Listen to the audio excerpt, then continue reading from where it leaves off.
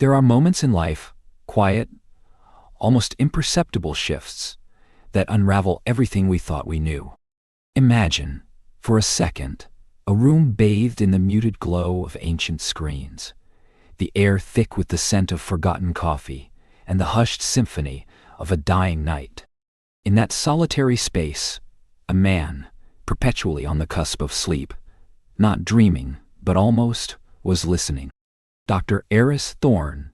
He wasn't searching for fireworks, no grand cosmic explosion. He was just tracing echoes, faint whispers from across unimaginable distances, within data everyone else had discarded. But then, one night, a whisper changed. It wasn't random static, not the usual cosmic background hum.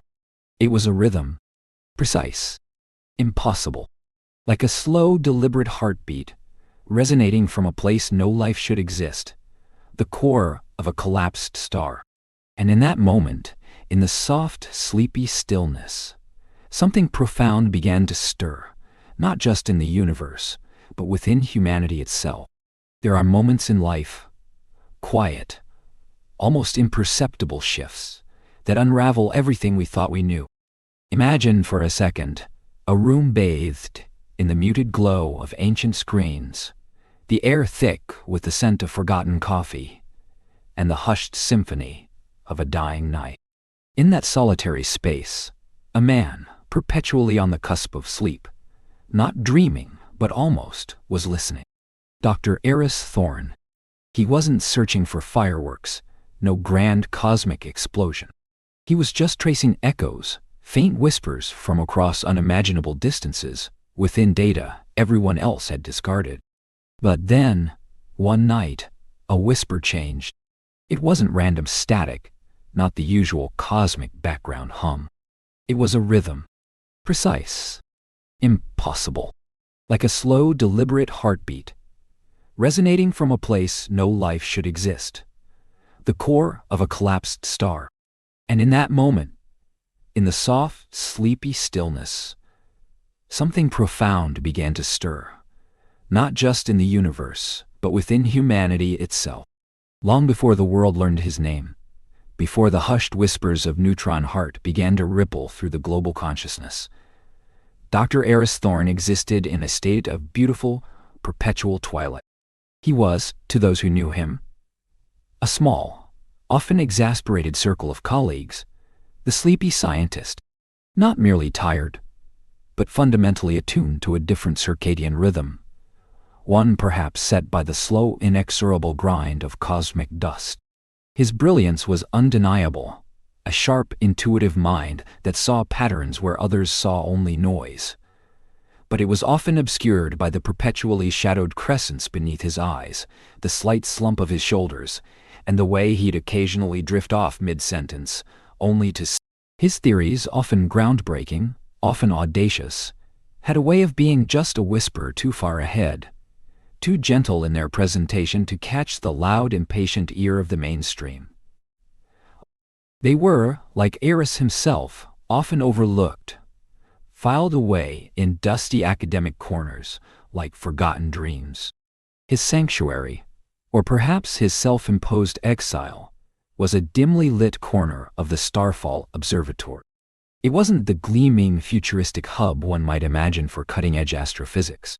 Starfall was an older institution, its bones creaking with decades of quiet dedication. Here, the hum of ancient machinery was a lullaby, a constant low thrum that seemed to vibrate through the very floorboards, a comforting presence to Eris. His personal quadrant was a testament to a mind overflowing with ideas, and a life utterly devoid of domestic order. Stacks of outdated papers, some brittle with age, rose like leaning towers of forgotten knowledge, interspersed with empty, half-eaten instant noodle cups, relics of meals consumed not for pleasure, but for fuel. The air often carried the faint, mingled scent of stale coffee and ozone, a unique olfactory signature of his singular dedication. While the rest of the observatory buzzed with the latest exoplanet discoveries or the furious race to map the cosmic web, Eris, chose to swim against the current. His current obsession, the project that consumed his waking, and sometimes his sleeping hours, was a reanalysis of archival data from a binary neutron star merger. PSR J3 48D4 8D4. The name itself felt like a forgotten star chart, an echo from a time when the universe felt a little less understood, a little more mysterious. It was a project everyone else, it seemed, had deemed exhausted. "There's nothing more to wring from that stone, Eris?" his peers would say, their voices tinged with a blend of professional pity and mild exasperation. "We've run every algorithm, cross-referenced every anomaly. It's done? Move on." But Eris didn't move on. For him, exhausted data wasn't a dead end. It was a challenge, a quiet dare. He believed, with the quiet conviction of a mystic, that the universe rarely gave up its secrets easily, and that often the most profound truths lay buried beneath layers of what was deemed known.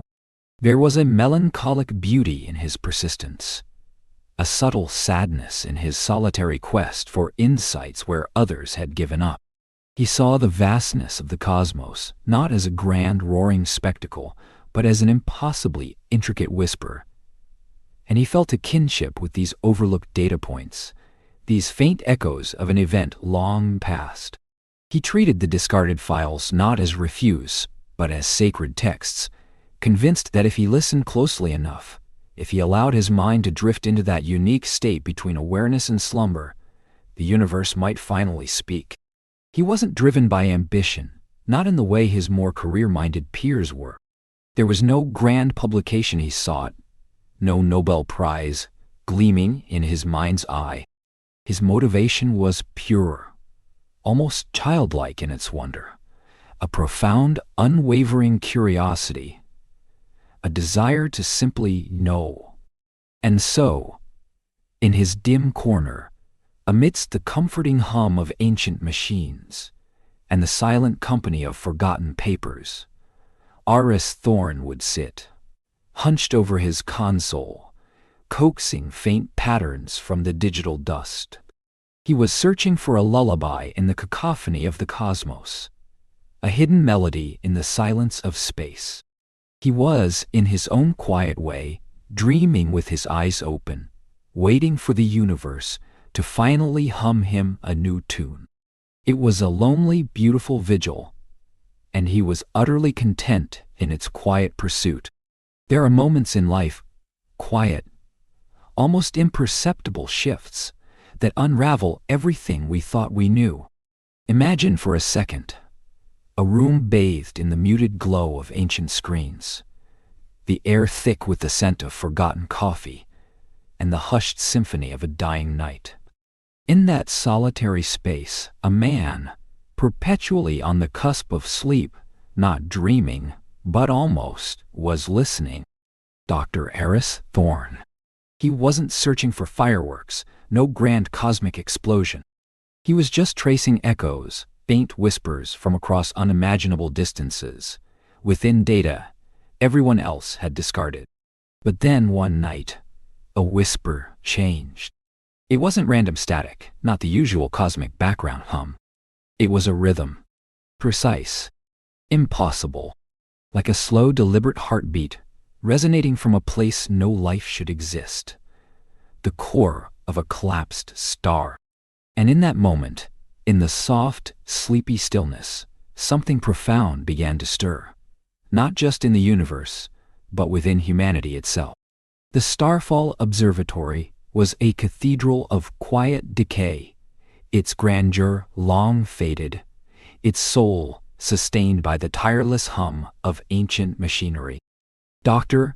Eris Thorn, nestled in his self-made cave of forgotten theories and half-finished instant noodle cups, knew its every sigh and shudder.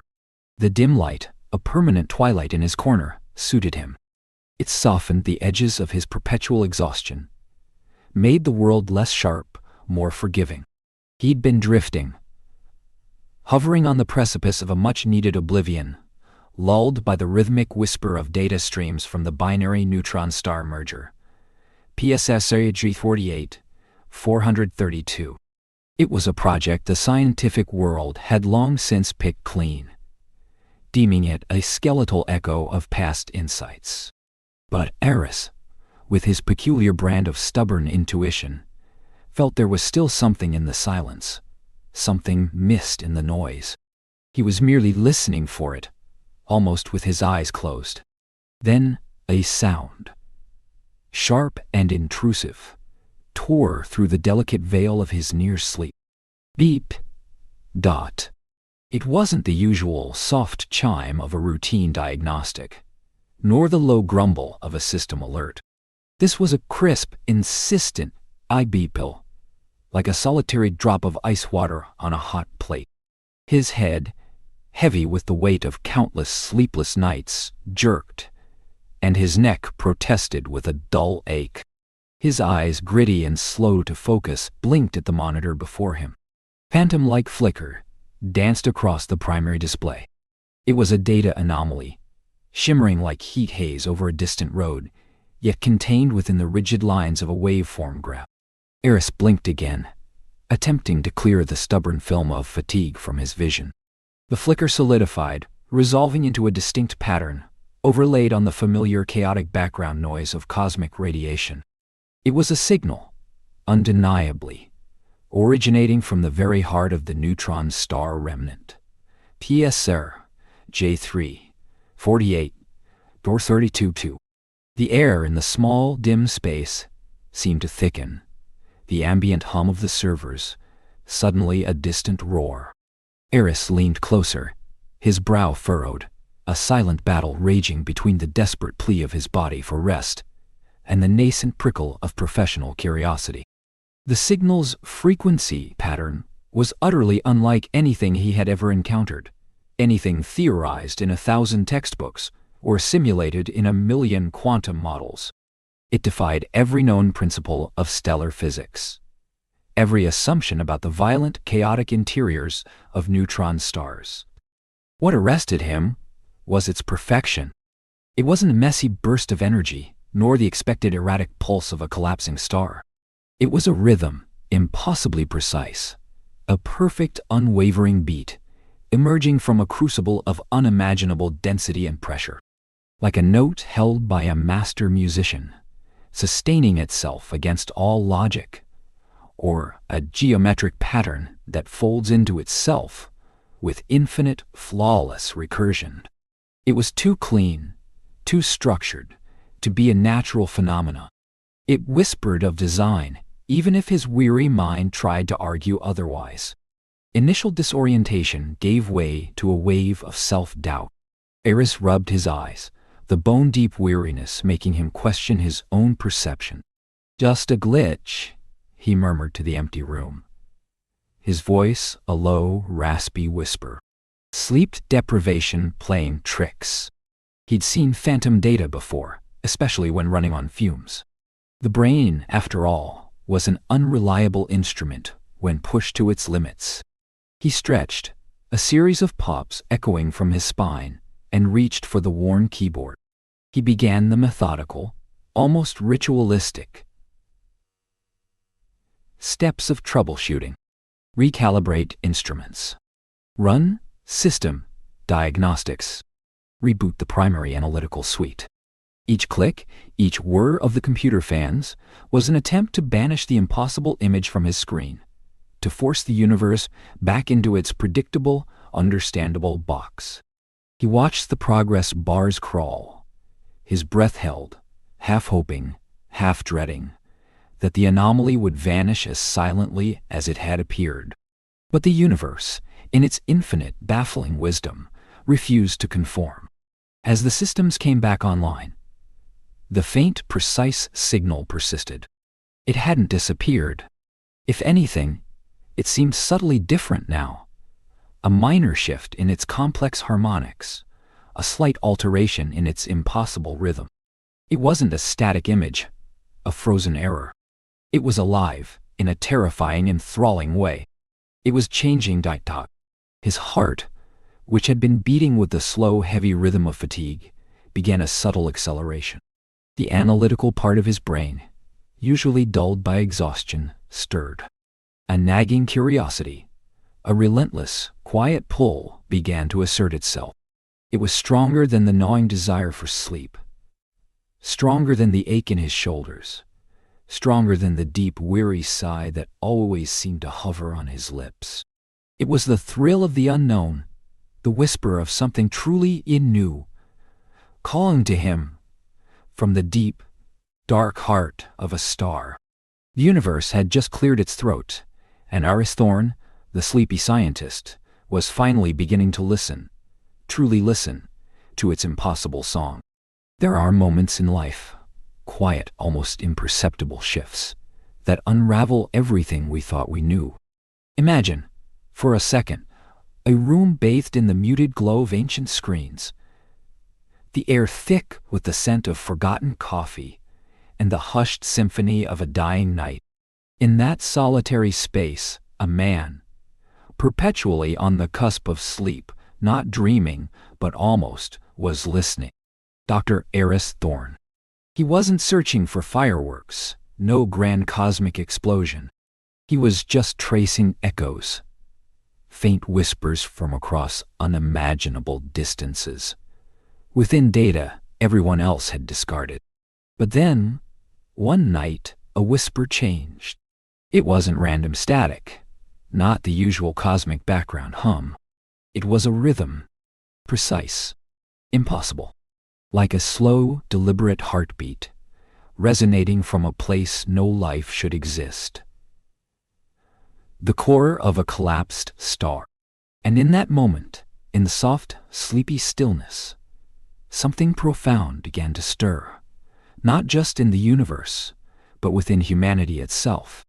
The sharp beep had been a jolt, yes, a rude awakening from the gentle drift of near sleep, but it was the persistence of the signal, its subtle, insistent whisper, that truly held him captive. Iris, whose life had long been a blurry watercolor of late nights and early mornings, found himself caught in a current stronger than any fatigue. He'd tried to dismiss it, a phantom of an overtaxed mind, a digital ghost in the machine. He'd rebooted the venerable systems of Starfall Observatory, recalibrated sensors that groaned with age, even cursed under his breath at the obstinacy of old tech. But the signal, that faint, perfect rhythm from SRJ 432 remained. It was a persistent dream, even when he was wide awake. A nagging curiosity, deeper than the usual academic intrigue, began to burrow into him. It wasn't a frantic pursuit of answers, but a quiet, almost mournful draw, as if the signal itself was a long-lost melody he had almost forgotten. He began, almost instinctively, to chase it, not with grand new experiments, but with the quiet archaeology of data. His initial instinct was to find a mundane explanation, to cross-reference his anomalous readings with the vast, dusty archives of other obscure observatories, hoping to unearth a common glitch, a shared cosmic noise. He sought the comfort of the known, the predictable error. The days bled into nights, indistinguishable, save for the shifting quality of the light that filtered through the high, grimy windows of the observatory. The world outside his corner became a distant hum, a peripheral vision. He lived on lukewarm coffee, the lingering bitterness of forgotten instant noodles, and the sheer, unyielding stubbornness that was, perhaps, his most defining trait. He wasn't driven by ambition in the way others were. He was driven by a quiet, almost melancholic need to understand, to simply know. His fingers, surprisingly agile despite their constant tremble, danced across keyboards yellowed with age, navigating ancient interfaces. He delved into databases that felt like catacombs, repositories of forgotten observations from a dozen smaller, less funded telescopes scattered across the globe, remote outposts in Chile's Atacama, a high-altitude array in the. Each dataset was a faint echo of the universe, often incomplete, riddled with its own noise and glitches. He wasn't looking for a direct match, not yet. He was looking for any hint of shared imperfection, any proof that his own anomaly was merely a symptom of a larger, known cosmic artifact. He filtered, he parsed, he ran algorithms that whispered through the aged processors. It was a painstaking, monastic process, isolating the bizarre signal from the cacophony of background noise. The universe, he often mused, was mostly static, a vast ocean of white noise, punctuated by the occasional scream of a supernova or the gentle hum of a distant galaxy. To find a whisper within that roar was like trying to hear a single, delicate drop of rain in a hurricane. Yet, he persisted. He developed his own crude filters, based on intuition more than established protocol, carving away layers of galactic dust, stellar wind, and the inevitable interference from Earth itself. And then it happened. Not with a bang, but with the slow, dawning clarity of a quiet sunrise. After what felt like an eternity, but was probably just another blurred series of days and nights, Eris managed to refine the signal, stripping away the cosmic static until it stood, stark and undeniable, before him on the screen. It wasn't random. It wasn't a glitch. Fractal-like patterns, once hidden beneath layers of noise, now shimmered with an impossible clarity. The faint, precise rhythm he had first perceived had expanded, revealing itself to be an intricate tapestry of frequencies, a complex waveform that defied the very concept of chance. A profound jolt, not physical, but intellectual and existential, ran through him. It was the kind of realization that reorients your entire understanding of reality. This wasn't merely an inexplicable phenomenon. It was age-structured. It was deliberate. The mathematical elegance of its construction, the sheer, intricate complexity of its layers, whispered of something utterly beyond the chaotic beauty of natural stellar processes. It was too perfect, too organized. It hinted, unmistakably, at an intelligent origin. Eris leaned back in his creaking chair, the lukewarm coffee forgotten. His eyes, usually clouded with fatigue, now wide and strangely clear. The quiet hum of the ancient machinery seemed to deepen, to take on a new significance. The soft, sad light of the approaching dawn touched the dust motes dancing in the air, illuminating the stacks of forgotten papers that surrounded him. For a long moment, he simply stared at the screen, at the impossible, beautiful pattern pulsating there. A silent challenge from the heart of a dead star. The universe had just expanded, not in size but in meaning, beyond anything he or humanity had ever dared to conceive. The quiet pursuit of a sleep-deprived scientist had just stumbled upon a waking dream, and it was only the beginning. There are moments in life, quiet, almost imperceptible shifts, that unravel everything we thought we knew. Imagine, for a second, a room bathed in the muted glow of ancient screens, the air thick with the scent of forgotten coffee, and the hushed symphony of a dying night. In that solitary space, a man, perpetually on the cusp of sleep, not dreaming but almost, was listening. Dr. Eris Thorne. He wasn't searching for fireworks, no grand cosmic explosion. He was just tracing echoes, faint whispers, from across unimaginable distances, within data everyone else had discarded. But then, one night, a whisper changed. It wasn't random static, not the usual cosmic background hum.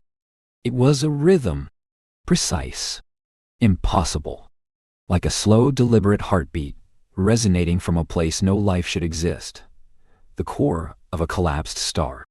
And in that moment, in the soft, sleepy stillness, something profound began to stir, not just in the universe, but within humanity itself. Dr. Lena Petrova, in many ways Ori's antithesis, was a creature of sharp edges and sharper intellect. Where Aris drifted, Lena anchored. Where he dreamed, she dissected. Yet, even her formidable focus couldn't help but snag on the ragged, fraying edges of Aris' thorn. It wasn't a sudden change, but a slow, almost imperceptible unraveling, like a thread pulled from a worn tapestry. His corner of the Starfall Observatory, already a monument to organized chaos, had taken on a new, almost sacred, air of neglect. The stacks of forgotten papers grew taller, precarious towers of dusty knowledge. The instant noodle cups formed small, crusty cairns on his console. But it was Aris himself that truly spoke of the shift. His usual state of dignified exhaustion had deepened into something akin to a spectral presence. The dark circles beneath his eyes weren't just shadows, they were bruises, testament to battles fought in the quiet solitude of the late hours. His hair, perpetually rumpled, seemed to cling to his scalp with a desperate urgency. He moved less, spoke less, his world shrinking to the flickering green lines on his monitor. Lena watched him from across the quiet hum of the research floor, a silent observer to his slow, determined descent. She'd see him, hunched over, a lukewarm mug of coffee, a permanent fixture near his elbow, his fingers ghosting over the keyboard, eyes unblinking, fixed on the reanalyzed archival data from SRA J300, 48432. The project everyone else had long abandoned as a dead end.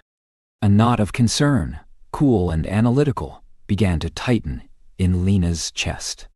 It wasn't pity, not exactly, but a professional disquiet that bled into something more personal. Aris, for all his eccentricities, was brilliant. Losing him to some self-imposed academic martyrdom, fueled by what she suspected were nothing more than data anomalies born of extreme fatigue, would be a waste. She saw the familiar gleam of obsessive zeal, a light she knew well from her own pursuits, but it was mixed with a disturbing fragility. He was teetering on a precipice, and it felt like she was watching him slowly, quietly, slip. One particularly hushed Tuesday, as the last vestiges of twilight surrendered to the velvet cloak of night outside the observatory's grand windows, Lena made her decision. The air was thick with the scent of ozone and stale coffee, a melancholic perfume to the lonely pursuit of knowledge. She walked over to his corner, her steps precise, a quiet counterpoint to the distant hum of the ancient machinery. Aris, she began, her voice low, a careful whisper in the vast, still space. He didn't flinch, didn't even seem to register her presence immediately. His eyes were glued to the screen, tracing some unseen, impossible pattern. Aris, she repeated, a little louder this time, her hand hovering near his shoulder, deciding against touching him. He finally stirred, his head slowly turning, eyes blinking sluggishly, as if emerging from a deep, long dream.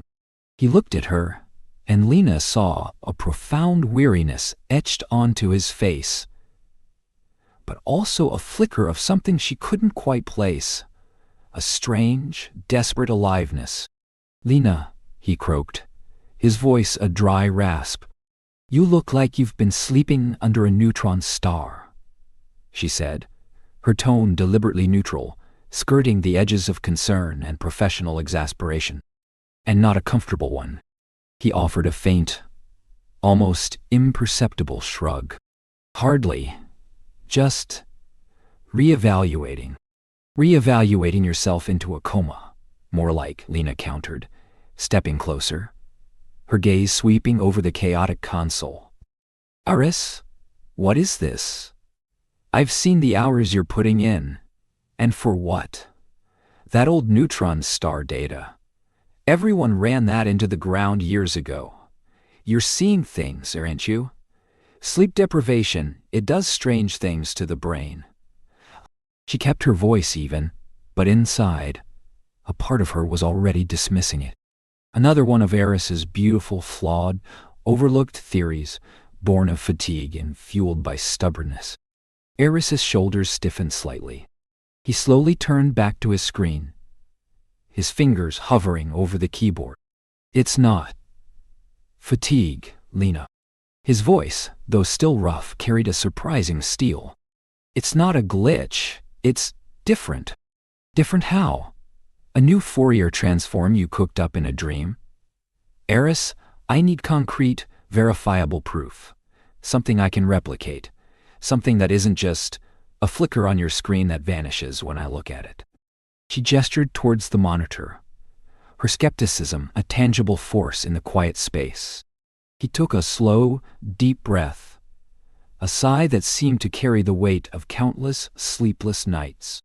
And then he turned back to her, and Lena was struck by a clarity in his gaze that cut through the exhaustion. It was the look of a man who had seen something undeniable, something that had reordered his very world. He wasn't pleading. He wasn't excitable. He was simply presenting. With a series of precise, almost delicate movements of his fingers, he brought up a new display on his monitor. It wasn't the raw data, but a refined, isolated waveform. "This," he murmured, his voice now hushed, almost reverent, as if speaking of something fragile and precious, "is the signal from SRI J330 dirt." Lena leaned in, her analytical mind immediately kicking into gear, scanning the visual display. The lines on the screen pulsed, not erratically, but with an almost unnerving consistency. "What am I looking at?" she asked, her voice softening slightly despite herself. "It's frequency pattern," Eris explained, pointing to a segment of the waveform. "It's unlike anything theorized for neutron star interiors. It defies all known physics for a collapsed star. See its stability?" He zoomed in, highlighting a section. The oscillations were perfect, mathematically precise, repeating with an exactitude that was utterly impossible for a natural cosmic phenomenon of that scale. And then, its complexity. He shifted the display, revealing a deeper layer, a fractal-like intricacy woven into the otherwise stable pattern. It was an elegant chaos, mathematically beautiful, and profoundly unsettling. Lena felt a cold shiver trace down her spine. Her skepticism, so deeply ingrained, faltered. She saw it. The impossible stability. The intricate complexity. It was clean. Too clean. Like a perfectly engineered machine existing in a place of violent, chaotic stellar death. Her analytical mind screamed anomaly, but her scientific soul, the one that thrilled at the edge of the unknown, whispered something else entirely. It was a pattern, undeniably. A perfect, impossible rhythm. She looked from the screen, where the elegant lines pulsed silently, to Eris's face. The exhaustion was still there. The dark circles, a testament to his ordeal. But now, beneath it, was a quiet, profound conviction. He wasn't delusional. He was simply stating a fact, showing her what he had found, a quiet revelation birthed in the lonely, dimly lit corner of the observatory. Intrigued despite herself, a new kind of curiosity, cold and sharp, began to stir within Lena. The whisper from the core of a star had just found another listener. There are moments in life, quiet, almost imperceptible shifts, that unravel everything we thought we knew. I remember that night. Or perhaps it's a mosaic of many nights, blurred by the relentless hum of the observatory and the thin veil of sleep deprivation.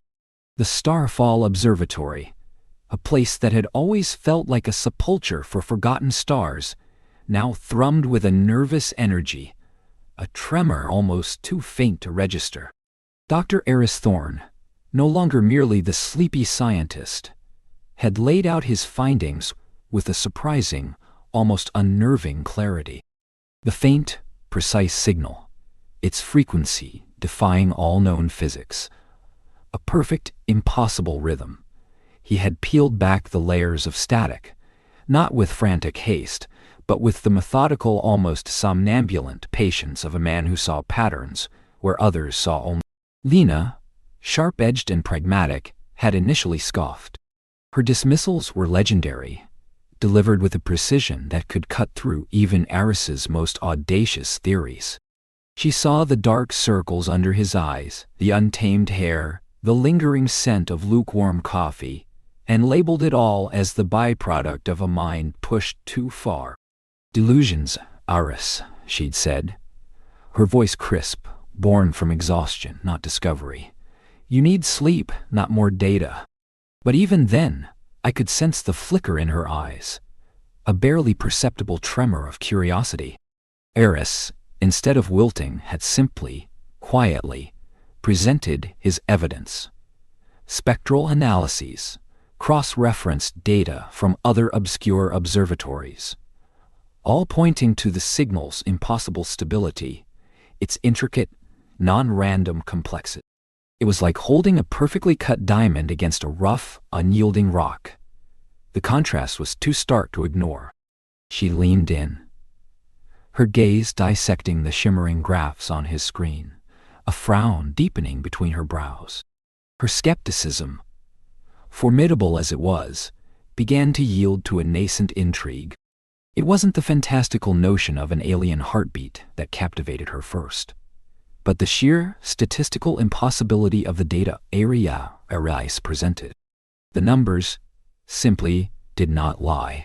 She traced a finger over a particularly baffling waveform, her mind already racing, sifting through possibilities. If this is real," she murmured, the word hanging in the air, heavy with unspoken disbelief.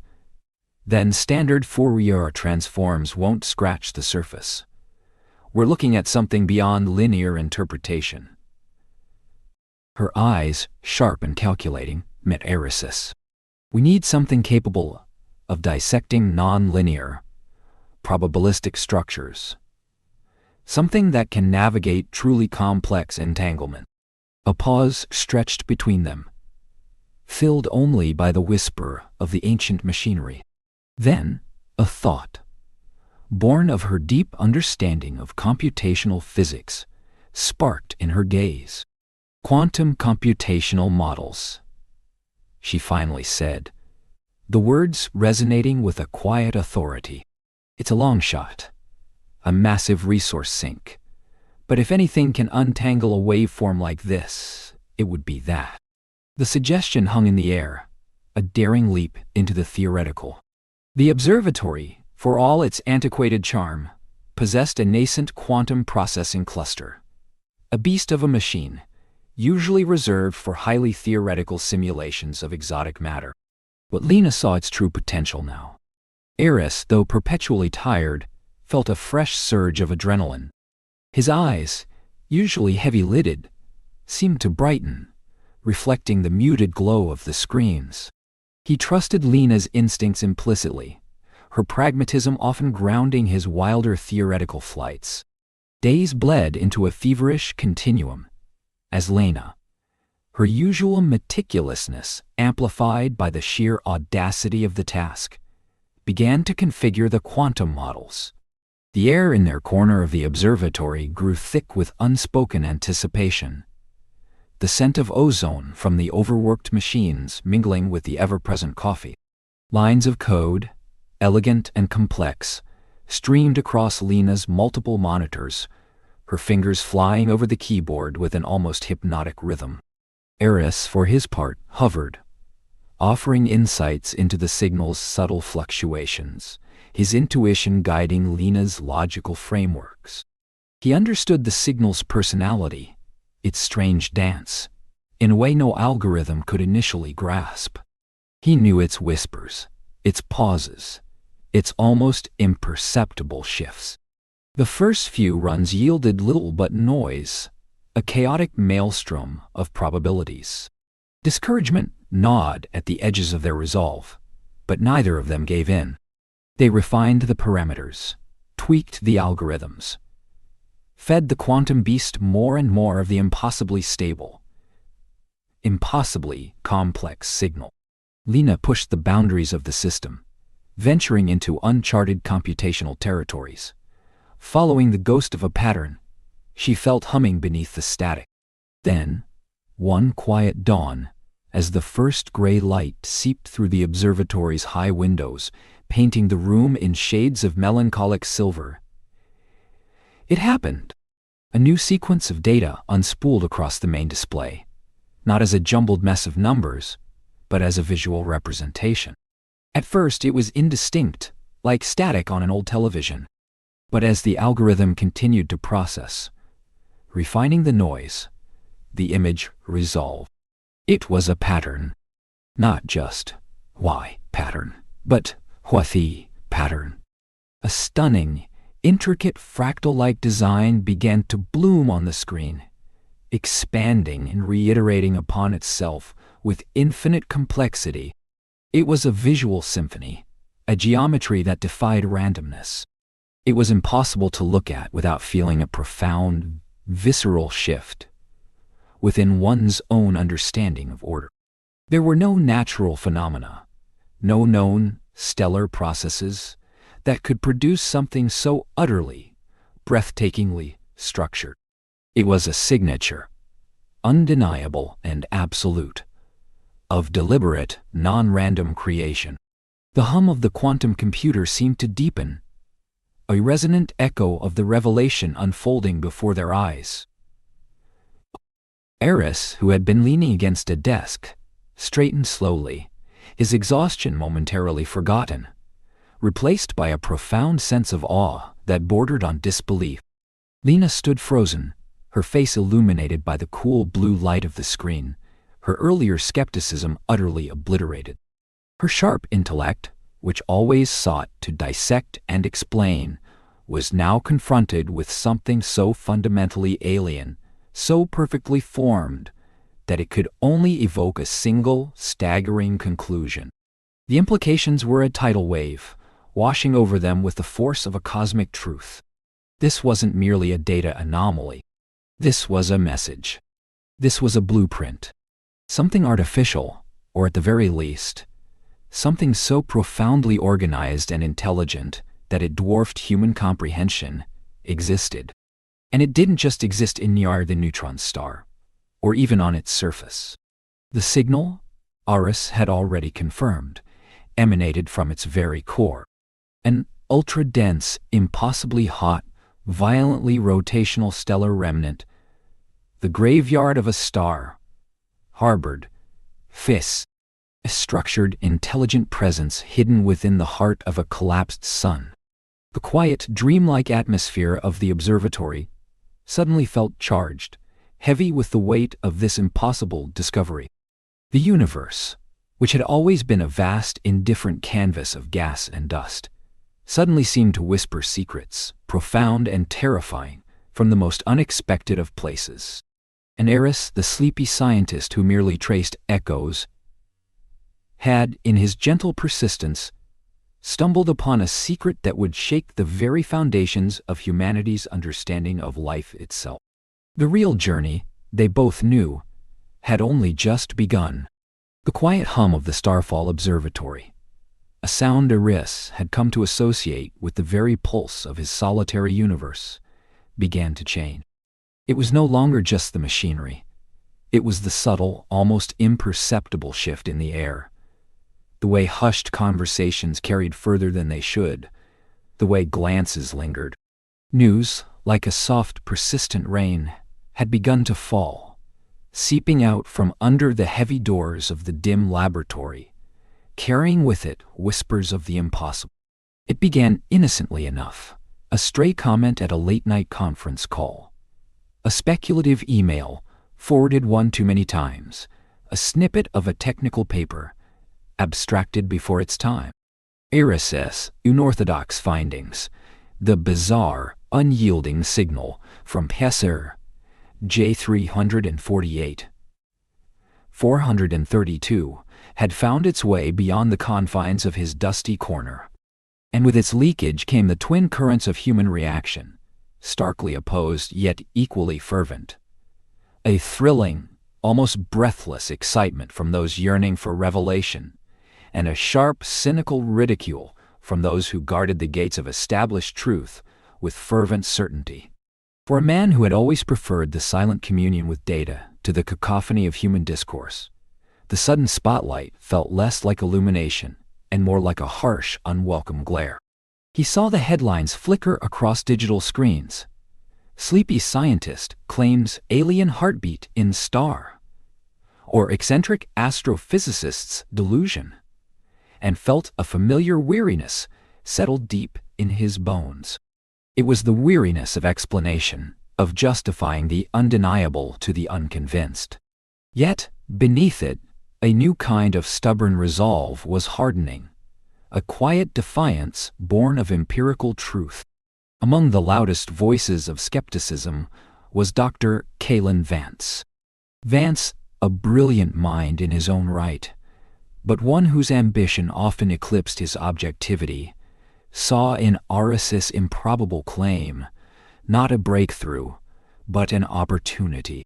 His research team, well-funded and highly visible, began to churn out papers, not on their own discoveries, but on the flaws they purported to find in Aris' methodology, the statistical anomalies they claimed to identify in his signal process. They painted Aris's data as a sophisticated hoax, a grand, sleep-deprived fabrication designed for fleeting notoriety. Emotional science. Vance had famously sneered on a science podcast, his voice dripping with condescension, is not science at all. It's fiction, dressed up in astronomical jargon. His words echoed through the scientific community, sowing seeds of doubt among those who hadn't seen the data with their own eyes. These attacks, cutting as they were, did something unexpected. They solidified the fragile alliance between Aris and Lena. She, ever the pragmatist, saw through Vance's academic posturing. Lena had been skeptical, yes, but her skepticism was rooted in the pursuit of truth, not in professional rivalry. She had seen the impossible stability of the signal, had run her own quantum models, had witnessed the fractal patterns unfold. And more importantly, she had seen the quiet, unyielding integrity in Aris, a man who, despite his profound fatigue, clung to the truth with a tenacity few possessed. The ridicule stung, but it also forged a quiet determination between them. "They're just trying to drown us out, Aris," Lena had said one cold pre-dawn morning, her voice a low murmur that cut through the silence of the lab. Her gaze, usually so sharp, held a flicker of something akin to protectiveness. "We need to move beyond their noise. We need irrefutable proof. Not just for us, but for Jade." She gestured vaguely towards the screen, where the impossible rhythm continued its silent pulse. "We need to shout the truth, or at least whisper it loud enough so they can't ignore it." And so Aris, pulled from his usual solitary vigil, found himself in a new kind of collaborative dance. Lena, with her organizational prowess and strategic mind, became the conduit to the wider scientific world, the one who knew which doors to knock on, which political currents to navigate. Aris, in turn, retreated even further into the heart of the data, refining, cross-referencing, seeking not just confirmation, but absolute certainty.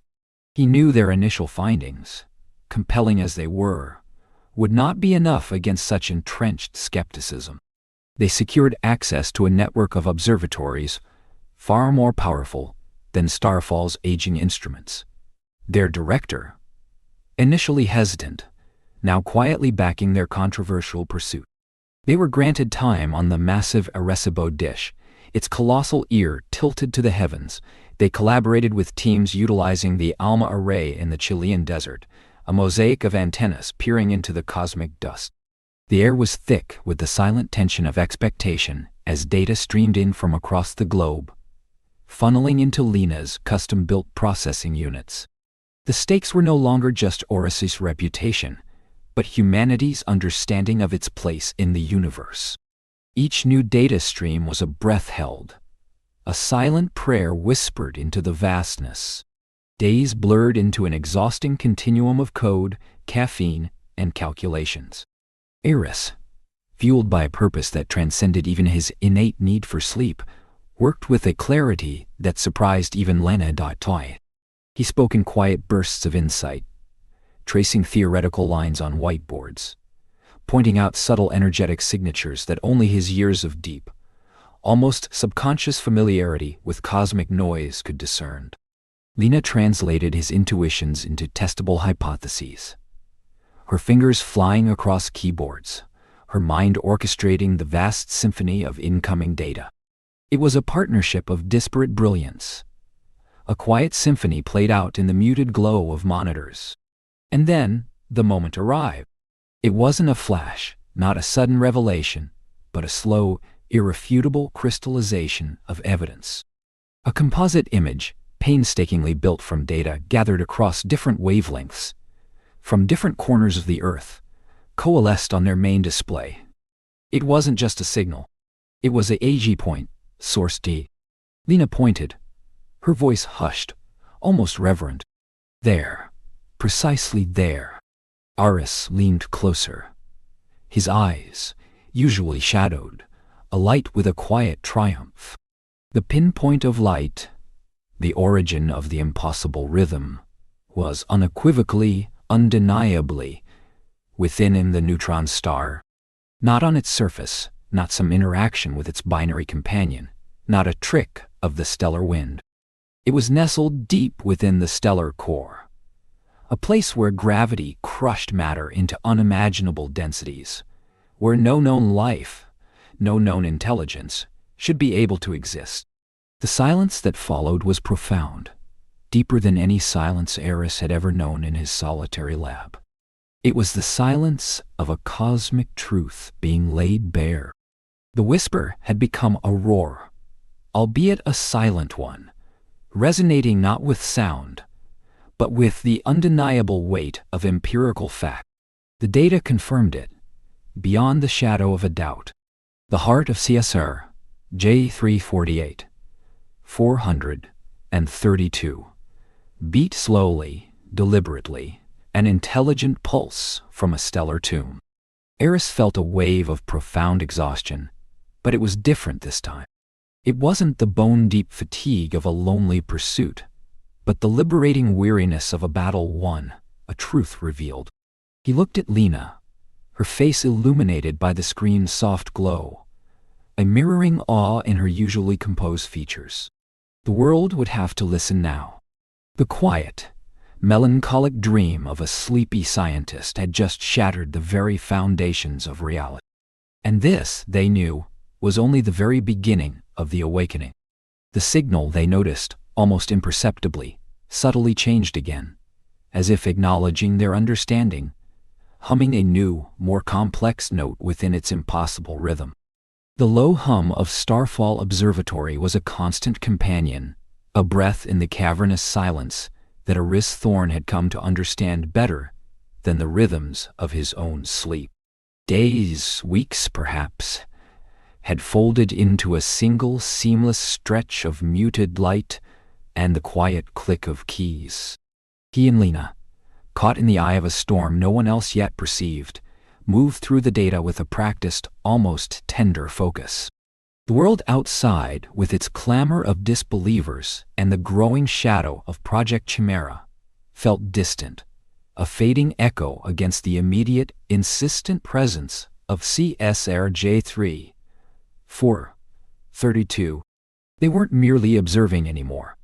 They were engaging in a silent cosmic dialogue. Each new algorithm Lena crafted, each filter Aris meticulously applied, was a question whispered into the void, a tentative reach across unimaginable light years. And the neutron star, that impossibly dense tomb of a sun, seemed to respond. It began subtly, an almost imperceptible shift in the intricate fractal patterns Lena had first uncovered. Like a complex tapestry slowly reweaving itself thread by thread, the signal gained new dimensions, new layers of complexity that hadn't been present before. At first, Aris attributed it to their improved analytical tools, their growing familiarity with the waveform's alien grammar. He'd rub his eyes, the familiar ache behind them a dull thrum, and lean closer to the holographic projections of the data, searching for the logical, mundane explanation. But Lena, her focus sharper, less encumbered by the lingering fog of exhaustion, saw it too. "It's responsive," she murmured one late night, her voice hushed, as if speaking too loudly might break the fragile connection. Her fingers hovered over the console, tracing the evolving lines. "We try to isolate a new frequency band, and a C sequence emerges. We attempt to recontextualize a decoded fragment, and the overall structure subtly reconfigures." Aris nodded slowly, a profound stillness settling over him. He felt it in his bones, a hunch deeper than any equation. It was as if the entity within the star, this impossible consciousness, was learning their language of inquiry, adapting to their probes, anticipating their next move. The melancholy that often clung to him, a byproduct of long nights and cosmic isolation, now held a strange beauty. He was witnessing not just a static message, but a living, evolving presence, unfolding itself for them, perhaps for the first time in millennia. It was an act of profound vulnerability, or immense power. He couldn't yet tell which. He remembered a dream from childhood, of standing on a vast, empty beach, watching the tide bring in messages in bottles, each one different, each one responding to the last. This felt like that, but on an unimaginable, stellar scale. The sense of being a small, curious child on the cosmic shore was overwhelming. It was during one particularly intense session, fueled by tepid coffee that had long forgotten its heat, that Aris first noticed the pulses. They were faint, almost swallowed by the greater symphony of the fractal signal, but once perceived, they couldn't be unheard. Like a phantom limb, they resonated through his awareness. He isolated them, stripping away layers of noise, and presented them to Lena. "Look at this," he whispered, pointing to a newly highlighted subset of data. "These rhythmic fluctuations, embedded within the complexity. Do you see them?" Lena leaned in, her brow furrowed in concentration. The quantum computational models rendered the pulses as tiny, shimmering ripples against the larger, unfolding patterns. They were not random, nor were they perfectly uniform. Instead, they possessed a gentle, uneven cadence, a subtle ebb and flow. "They're like heartbeats," Lena breathed, her voice barely audible. The comparison, so fundamentally human, felt almost sacrilegious when applied to the core of a dead star. Yet it was undeniably apt. A slow, deliberate thrum, resonating not with flesh and blood, but with the very fabric of spacetime, vibrating through the cosmic silence. Each beat was a tiny pulse of energy, a whisper of life from an unimaginable source. There was a profound sadness in the thought. A heart beating for eons, unseen, unheard, within a stellar graveyard. Aris, his mind suddenly lucid despite the exhaustion, cross-referenced the timing of these pulses with other astronomical data. He remembered the powerful magnetic field that enveloped TSR J34 432, a characteristic of all neutron stars, capable of tearing matter apart. Could there be a connection? He ran the correlations, his fingers flying across the console with a speed that belied his usual lethargy. The results flashed across the screen, stark and undeniable.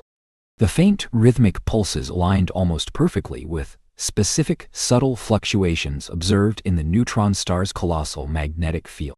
It wasn't surface activity, not the grinding of tectonic plates on a stellar crust.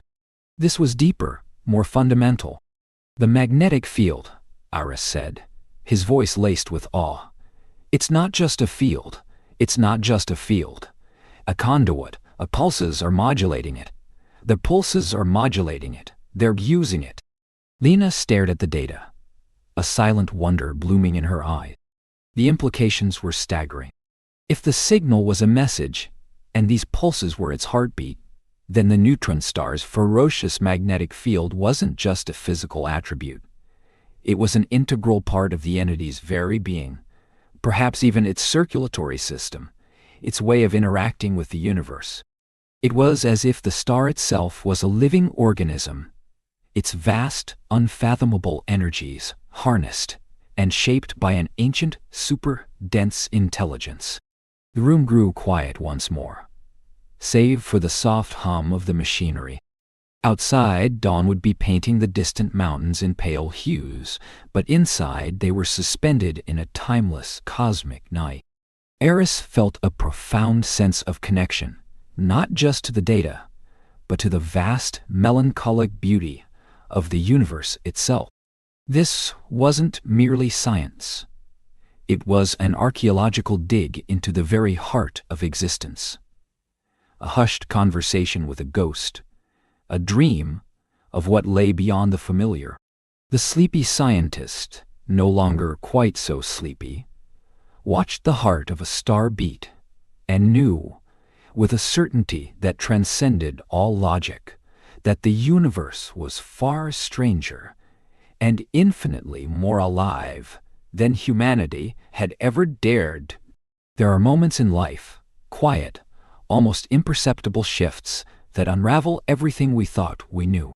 Imagine for a second a room bathed in the muted glow of ancient screens, the air thick with the scent of forgotten coffee, and the hushed symphony of a dying night. In that solitary space, a man, perpetually on the cusp of sleep, not dreaming, but almost was listening. Dr. Eris Thorne. He wasn't searching for fireworks, no grand cosmic explosion. He was just tracing echoes, faint whispers from across unimaginable distances, within data everyone else had discarded. But then, one night, a whisper changed. It wasn't random static, not the usual cosmic background hum. It was a rhythm. Precise. Impossible. Like a slow, deliberate heartbeat, resonating from a place no life should exist, the core of a collapsed star. And in that moment, in the soft, sleepy stillness, something profound began to stir, not just in the universe, but within humanity itself. The hum of the Starfall Observatory, once a comforting lullaby to Eris's perpetual exhaustion, had begun to shift. It was no longer the quiet thrum of forgotten machinery, but a restless murmur, an undercurrent of hushed excitement and frantic activity. The director, Dr. Eleanor Finch, a woman whose default setting was a weary skepticism born of decades of grant applications and budget cuts, had finally seen it. It was not a sudden revelation, but a slow, almost painful dawning. The quiet, persistent data Lena and Eris presented, the fractal patterns, the impossible rhythm, the undeniable signature of intent, had worn down her professional cynicism like water on stone. Eris remembered the meeting vividly, though it felt distant, dreamlike. Director Finch, usually impeccably composed, had leaned forward, her spectacles perched on her nose, her gaze fixed not on them, but on the holographic projections of the alien waveforms. Her face, etched with a lifetime of academic struggle, slowly transformed, first into disbelief, then a profound, almost childlike wonder. "Unlimited resources," she'd murmured, her voice barely a whisper, as if speaking the words too loudly might break the spell. "Top-tier access. Whatever you need." The words hung in the air, heavy with unspoken implications. It was a victory, undeniably so, yet for Eris, a faint melancholy had already begun to settle. His quiet corner, his realm of overlooked theories, was about to be invaded. The transformation was swift, relentless. Technicians, engineers, and junior researchers, once distant figures scurrying about their own projects, now converged on Eris and Lena's once dim corner. New screens, brighter and sharper, replaced the ancient tea. The scent of instant noodles was gradually overtaken by the sterile tang of ozone from cutting-edge servers. The hum deepened, grew more complex, a symphony of progress. For Lena, it was a practical triumph. She thrived in the new environment, her mind racing with the possibilities that limitless computational power and fresh perspectives offered. She directed, she delegated, she optimized, her sharp intellect cutting through the logistical snarls with practiced ease. But then, as if on cue with the rising tide of attention, a new presence infiltrated the observatory's once sacred halls. They arrived quietly, almost imperceptibly at first, like shadows elongating with the setting sun. Project Chimera. The name itself felt plucked from a spy novel, not a scientific institution. Their representatives were impeccably dressed, their movements fluid, their eyes sharp and assessing. They spoke in low, measured tones, using words like national security implications, classified protocols, and strategic oversight. Eris felt it keenly, this new friction. It was like trying to measure the delicate vibration of a distant star while a construction crew jackhammered outside his window. Quiet pursuit of knowledge, once a solitary pilgrimage, had become a public spectacle, a matter of state. He found himself dragged into endless meetings in sterile conference rooms, the air thick with the scent of new carpet and unspoken agendas. People who knew nothing of astrophysics, nothing of fractal patterns or the nuanced dance of quantum mechanics, now asked piercing questions about containment and weaponization. His answers, always rooted in the pure abstract. He missed his quiet desk, the forgotten coffee, the satisfying click of old keyboards. He missed the way his mind could drift, unburdened by external demands, following a fragile thread of thought through cosmic dust and ancient starlight. There was a dull ache now, a sense of having lost something precious, even as he gained everything. His sleep, once a desperate necessity, had become fitful, not because of exhaustion, but because the gentle hum of the universe had been replaced by the incessant murmur of human anxieties. Lena, ever pragmatic, became their bulwark. Where Eris recoiled from the intrusion, she adapted, her quick mind grasping the nuances of their language, identifying their pressure points. She was a translator, not just for the alien signals, but for the disparate worlds of pure science and government. She understood that Project Chimera's operatives weren't malicious, merely driven by a different set of priorities: survival, control, fear. She learned to navigate their demands, deflecting requests for raw, unfiltered data, while presenting curated summaries that appeased their need for oversight without compromising their scientific integrity. She became the shield, allowing Eris, in his quiet moments, to still gaze at the data, to search for the next whisper in the storm. It was an uneasy alliance, a fragile truce between the limitless expanse of cosmic wonder and the finite, fearful realm of human power. And in the heart of it all, Eris, the sleepy scientist, found himself wide awake, yet strangely adrift, caught between a dream he had awakened and a reality he barely recognized. There are moments in life, quiet, almost imperceptible shifts, that unravel everything we thought we knew. Imagine for a second a room bathed in the muted glow of ancient screens, the air thick with the scent of forgotten coffee, and the hushed symphony of a dying night. In that solitary space, a man, perpetually on the cusp of sleep, not dreaming, but almost was listening. Dr. Aris Thorne. He wasn't searching for fireworks, no grand cosmic explosion. He was just tracing echoes, faint whispers from across unimaginable distances, within data everyone else had discarded. But then, one night, a whisper changed.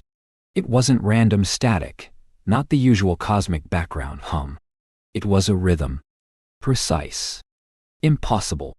Like a slow, deliberate heartbeat, resonating from a place no life should exist, the core of a collapsed star. And in that moment, in the soft, sleepy stillness, something profound began to stir. Not just in the universe, but within humanity itself. The world outside Starfall Observatory, however, remained resolutely, even aggressively, loud. Dr. Kalen Vance, a name that now tasted like ash in the mouths of Eris and Lena, had intensified his campaign. It wasn't just academic skepticism anymore. It was a deluge of carefully curated misinformation splashed across scientific journals and, more insidiously, social media feeds. Vance's pronouncements, once confined to hushed conferences, now echoed through digital tabloids, claims of fabricated data, of sleep-deprived delusions manifesting as grand hoaxes, even thinly veiled accusations of intellectual dishonesty. He painted Eris as an isolated eccentric, Lena as his misled accomplice, and their Neutron heart as a desperate cry for attention from a fading research institution. For Eris, this cacophony was like a distant storm, its thunder muffled by the thick walls of his concentration. He heard the faint rumblings, saw Lena's jaw tighten when a particularly venomous article circulated, but the noise rarely pierced the quiet bubble he inhabited. He moved through the observatory's familiar corridors like a ghost, his attention anchored firmly to the luminous screens, displaying the endless, intricate dance of the signal. The accusations, the dismissals, they were merely background static, easily filtered out by a mind accustomed to sifting cosmic noise from profound whispers. There was a melancholy acceptance in his detachment, a quiet understanding that the truth, when it finally spoke, would do so in its own time, with its own undeniable voice. Lena, bless her pragmatic soul, absorbed the brunt of it, deflecting media queries and crafting carefully worded rebuttals, a tireless guardian of their fragile scientific integrity against the onslaught of manufactured doubt. Days bled into a seamless continuum, marked not by sunrise or sunset, but by the subtle shifts in the signal's fractal breath. Eris rarely left his console. He subsisted on Lena's occasionally forgotten coffee cups, now cold and bitter, and the stale scent of progress.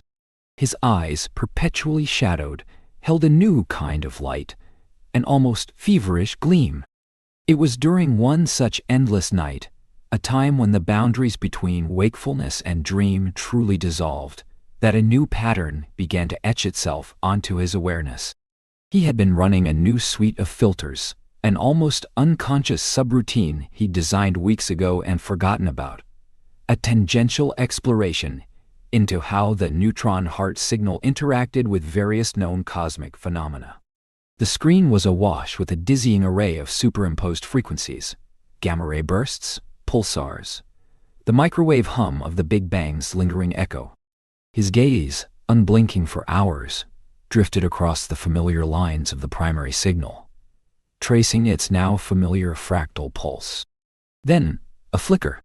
Not a glitch, not a random spike, but a response. It was almost imperceptible at first, like the softest brush of a moth's wing against a window pane. When the background filter shifted to a specific range of cosmic background radiation frequencies, the ancient faint afterglow of the universe's birth, the signal from ESRJ 348. The fractal patterns within it tightened. The rhythmic pulses gained a fraction of a nanosecond's precision, as if an immense unseen hand had just adjusted a delicate tuning fork. Eris paused, his fingers hovering over the console, his breath catching in his throat. He ran the filter again, isolating the cosmic background radiation, letting it wash over the neutron heart's whisper. The effect was undeniable. It wasn't a one-off. Every time that particular frequency range was introduced, the alien signal subtly and clarified, its internal architecture becoming momentarily more coherent, more defined, before relaxing back into its usual, complex rhythm. It was a faint yet profound act of resonance. A quiet hum began to resonate within Eris's own mind. A chord struck deep in his perpetually tired, yet impossibly sharp, intellect.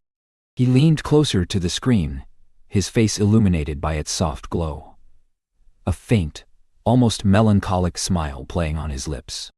It was a thought so audacious, so utterly outside the established bounds of physics, that it felt less like a hypothesis and more like a half-remembered dream. What if, he mused, his voice an inaudible whisper in the vast silent room, the neutron star wasn't merely a vessel for this entity, but an active participant. Not just a home, but a tool. The raw, untamed energy of a stellar collapse harnessed. The mind-bending density, the crushing gravity, the immense magnetic fields. What if these weren't just environmental factors, but components of something far grander? He remembered old, half-forgotten lectures on exotic matter, on the theoretical possibilities of computation at the very edge of physical limits. His mind, unburdened by the strictures of convention, drifted further. The precision of the signal's response to the cosmic background radiation, a frequency that permeated the entire universe, suggested not just reception, but interaction. It wasn't just listening, it was eye-processing. His fingers, with a renewed, almost delicate intention, danced across the holographic keyboard, pulling up data on naturally occurring quantum phenomena in extreme astrophysical environments. The pieces, disparate and abstract, began to coalesce into a shimmering, impossible mosaic. The neutron star, with its core of superfluid neutrons and its colossal gravitational field warping space-time, was not just a cosmic anomaly. It was a giant, naturally occurring quantum computer. Or perhaps something even more fundamental, a cosmic receiver, listening to the very fabric of existence, tuning into the universe's ancient song and subtly, profoundly, beginning to sing back. The realization settled over him, gentle as falling snow, vast as the cosmos. It was a melancholic thought, in a way. To think of such immense intelligence, so ancient and so powerful, existing in such an extreme, unreachable state, yet still reaching out, responsive to the softest touch of the universe's oldest light. His exhaustion, for a fleeting moment, receded, replaced by a profound, dreamlike wonder. The battle with Vance, the bureaucratic intrusions of Project Chimera, they faded into the background, forgotten echoes. All that truly mattered was the quiet, impossible conversation unfolding on his screen.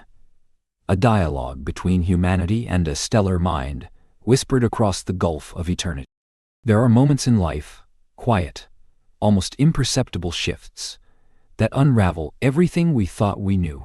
Imagine, for a second, a room bathed in the muted glow of ancient screens, the air thick with the scent of forgotten coffee and the hushed symphony of a dying night.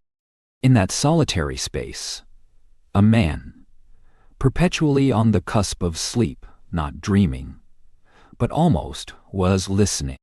Dr. Eris Thorne. He wasn't searching for fireworks, no grand cosmic explosion. He was just tracing echoes, faint whispers, from across unimaginable distances, within data everyone else had discarded. But then one night, a whisper changed. It wasn't random static, not the usual cosmic background hum. It was a rhythm. Precise. Impossible. Like a slow, deliberate heartbeat, resonating from a place no life should exist. The core of a collapsed star. And in that moment, in the soft, sleepy stillness, something profound began to stir, not just in the universe, but within humanity itself. The Starfall Observatory, a relic of an era when grandeur, more naive dreams were built into concrete and steel, had always held a certain somber peace. Now, it vibrated with a different kind of quiet, a hushed intensity, a fragile anticipation that made the very air feel heavy. Aris, perpetually slumped over his console, had become less a man and more an extension of the data stream, his movements as fluid and unpredictable as the cosmic currents he tracked. Lena, watching him, often found herself mesmerized by the strange dance of his exhaustion and his brilliance. It wasn't just his stubbornness that had brought them this far.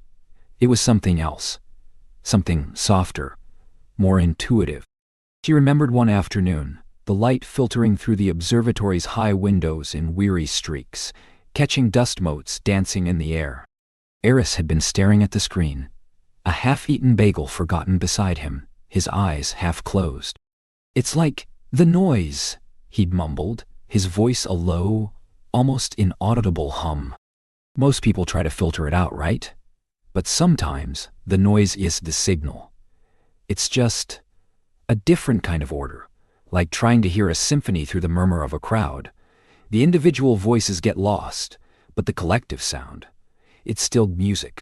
He had gestured vaguely at the screen, where the fractal patterns of the neutron star's heartbeat pulsed. "My brain, when it's tired, it stops trying to impose order. It just listens." That was it. That was the whisper Lena had carried with her, turning it over in her mind through countless sleepless nights of her own. Eris's unique gift wasn't just pattern recognition. It was pattern synthesis. The ability to perceive coherence in chaos, not by force of will, but by a surrender to intuition, a receptivity that mimicked the state between wakefulness and sleep. It was less about brute-forcing algorithms and more about dreaming the answer.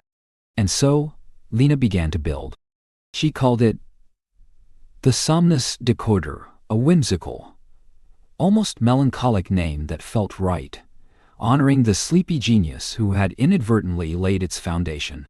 It wasn't a conventional AI, not in the sense of pure logic or machine learning as most understood it.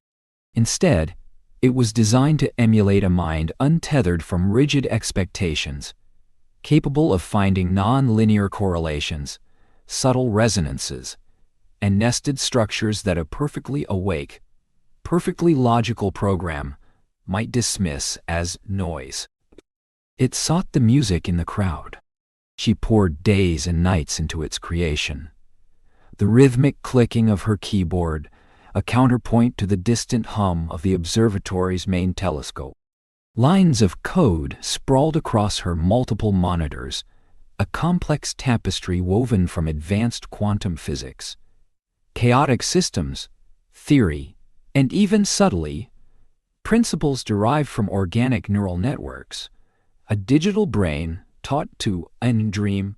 She fed it the raw, unadulterated signal from SRJ 488432, letting it sift through the seemingly random fluctuations, the subtle shifts in frequency and amplitude, the faint rhythm.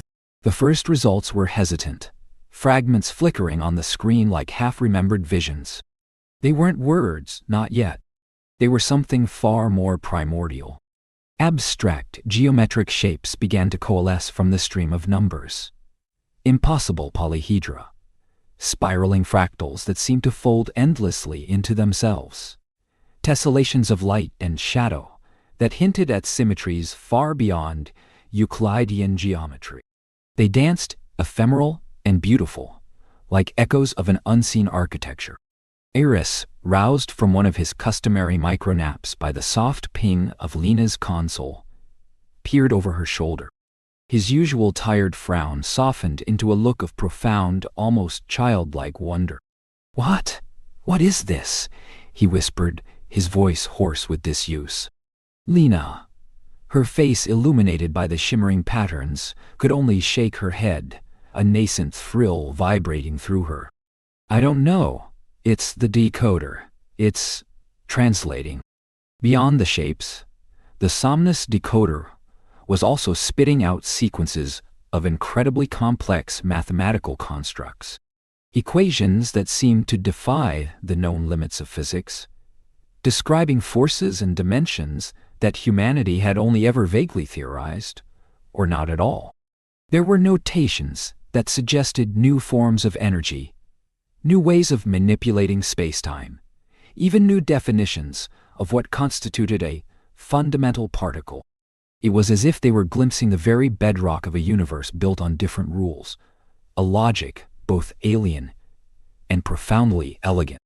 The shapes, as they became clearer, were not merely abstract art. They began to suggest intricate three-dimensional structures, unfolding and refolding like impossible origami.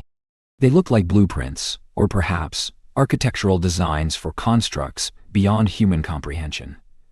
Cities built not of stone and steel, but of compressed information, of pure energy, of thought itself.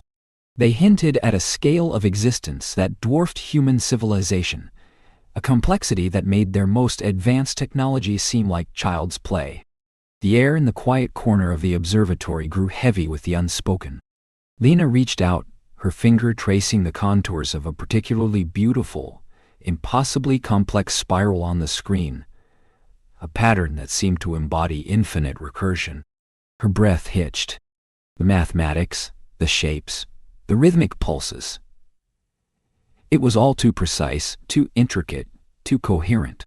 It wasn't random noise, not a natural phenomenon, not a byproduct of stellar collapse. The staggering realization dawned on them, slowly at first, then with the force of a supernova. The signal wasn't just a presence within the neutron star, a strange anomaly to be studied and catalogued. It was more than that. It was a deliberate, highly encoded message. It was communication. The thought, like a cold hand on the heart, sent a shiver through Lena. For so long, the universe had been a silent, vast expanse, its mysteries revealed through patient observation and painstaking calculation. Now, it was speaking. And it was speaking from the heart of a dead star, a place where life, let alone intelligence, had been deemed utterly impossible. The implications were a bottomless well, reflecting back not just the vastness of the cosmos, but the profound, terrifying loneliness of humanity's journey until this very moment. And Eris, with a clarity that belied his perpetual weariness, simply whispered, "They're trying to tell us something." The sleep was gone from his eyes, replaced by a deep, almost mournful wonder. The silence in the observatory was no longer just about hum and screens. It was about the universe holding its breath, waiting for a reply. The hum of the ancient server racks was a lullaby, a constant, low thrum against the stillness of the Starfall Observatory. Dr. Aris Thorne, no longer a man perpetually folded into himself by exhaustion, sat upright, though still with that characteristic tilt of his head, as if listening to a distant private melody. Beside him, Dr. Lena Petrova, usually a silhouette of crisp efficiency, leaned forward, her elbows on the console, her gaze fixed on the screen, a faint, almost imperceptible tremor in her usually steady hands. The Somnus decoder worked its quiet magic, a shimmering tapestry of light and shadow on the display. It wasn't translating words in the conventional sense, not yet. Instead, it was rendering raw, abstract geometric shapes, evolving patterns that shifted with an impossible complexity. These weren't random fractals. They possessed an inherent logic, a crystalline order that bespoke design beyond human comprehension. Beneath them, lines of code, dense and alien, hinted at mathematical constructs that twisted and folded spacetime in ways even the most cutting-edge theoretical physicists only dared to dream of. And then, the staggering implication began to coalesce. Like mist parting to reveal a mountain range, it wasn't a message. Omu, a neutron star, not merely signals echoing from an internal structure. The decoded fragments, tantalizingly incomplete, whispered of something far more profound, a civilization that had existed before the very star formed, or, more chillingly, a consciousness that had chosen to reside within its impossible crush.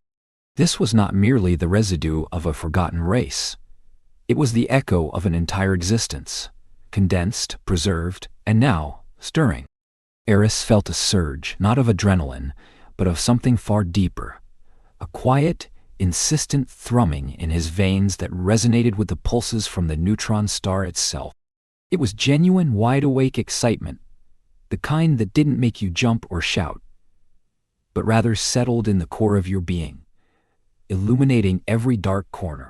His mind, usually a chaotic archive of half-formed ideas and desperate caffeine cravings, was now a crystal-clear lens. The fatigue that had been his constant companion for decades had receded, replaced by an invigorating clarity. He saw patterns, not just on the screen, but everywhere, in the dusty motes dancing in the single shaft of moonlight from the high window, in the slow, rhythmic blink of the console lights. "Look," Iris murmured, his voice softer than usual, a whisper that seemed to ripple through the quiet room.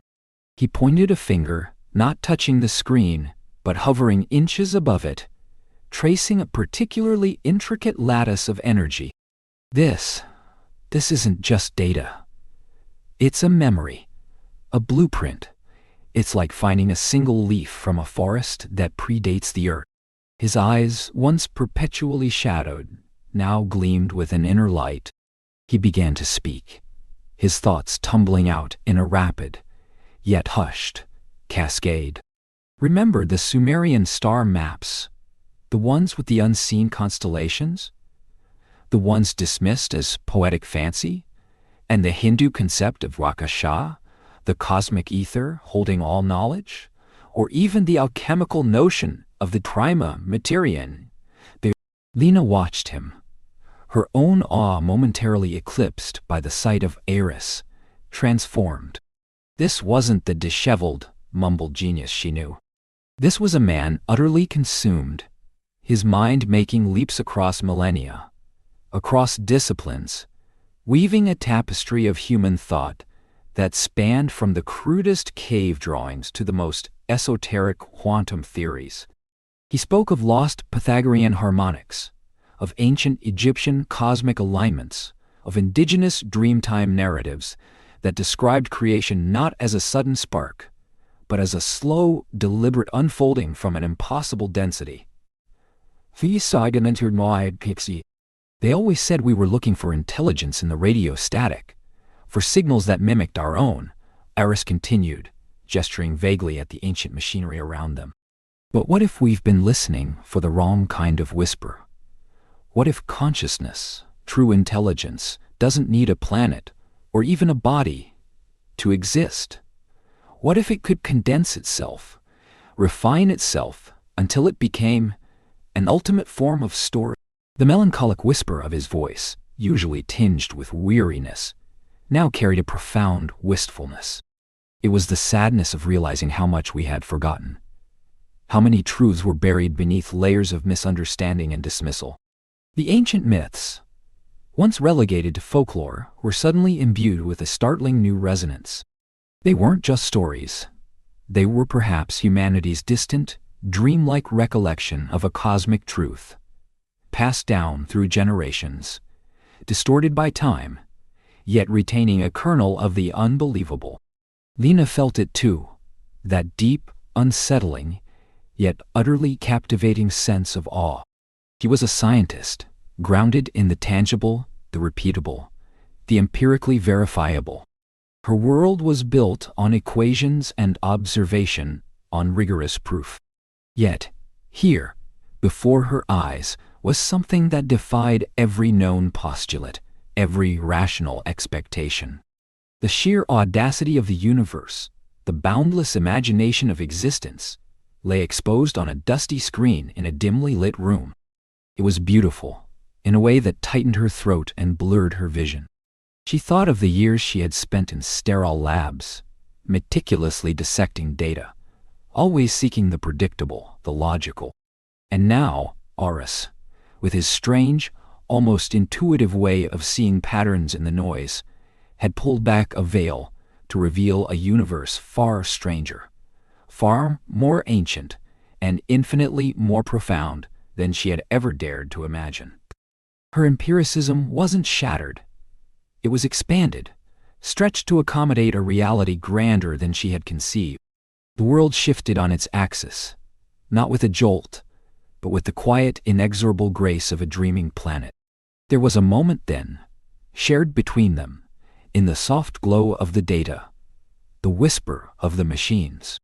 A silence so profound it seemed to stretch across the light years to the neutron star itself. It wasn't the excited chatter of a breakthrough, nor the frantic energy of a crisis. It was the quiet, almost reverent hush that falls when a fundamental truth, long hidden, finally reveals itself. Eris, no longer sleepy, but perhaps more lucid than he had ever been, stared at the pulsating patterns on the screen, a faint, contented smile playing on his lips.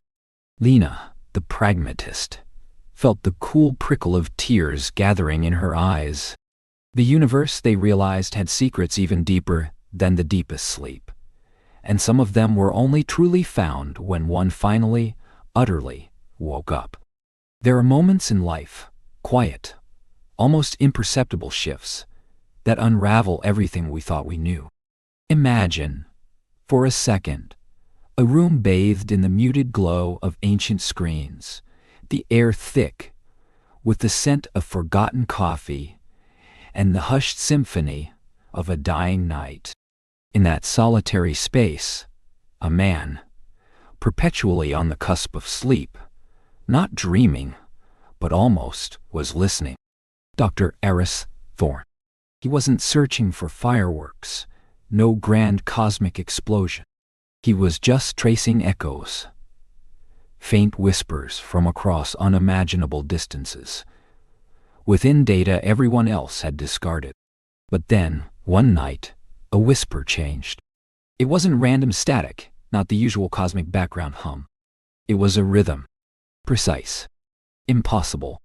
Like a slow, deliberate heartbeat. Resonating from a place no life should exist. The core of a collapsed star. And in that moment, in the soft, sleepy stillness, something profound began to stir. Not just in the universe, but within humanity itself. The quiet, almost sacred hum of the observatory had been invaded. Not by noise, but by a different kind of silence. The kind that precedes an interrogation. Project Chimera, once a vague, classified entity, had materialized in their dimly lit sanctuary. A phalanx of crisp suits and unblinking stares. Their voices, though often modulated and low, carried an insistent hum of authority, a demand for acceleration that grated against the contemplative rhythm of true discovery. Eris felt it like a slow, dull ache behind his eyes, a phantom pressure distinct from his usual fatigue. They wanted results, faster, stripped of nuance, ready for consumption by unseen powers. They wanted control. Lena, ever the anchor, navigated these turbulent currents with a practiced grace, her sharp mind deflecting political jabs while protecting the fragile bloom of their science. But even she bore the subtle marks of this new, unwelcome oversight. A tightness around her jaw, a distant look in her eyes that spoke of battles fought behind closed doors. The melancholic peace of their pursuit was eroding, replaced by an urgent, almost frantic pulse. Eris, in his own way, resisted.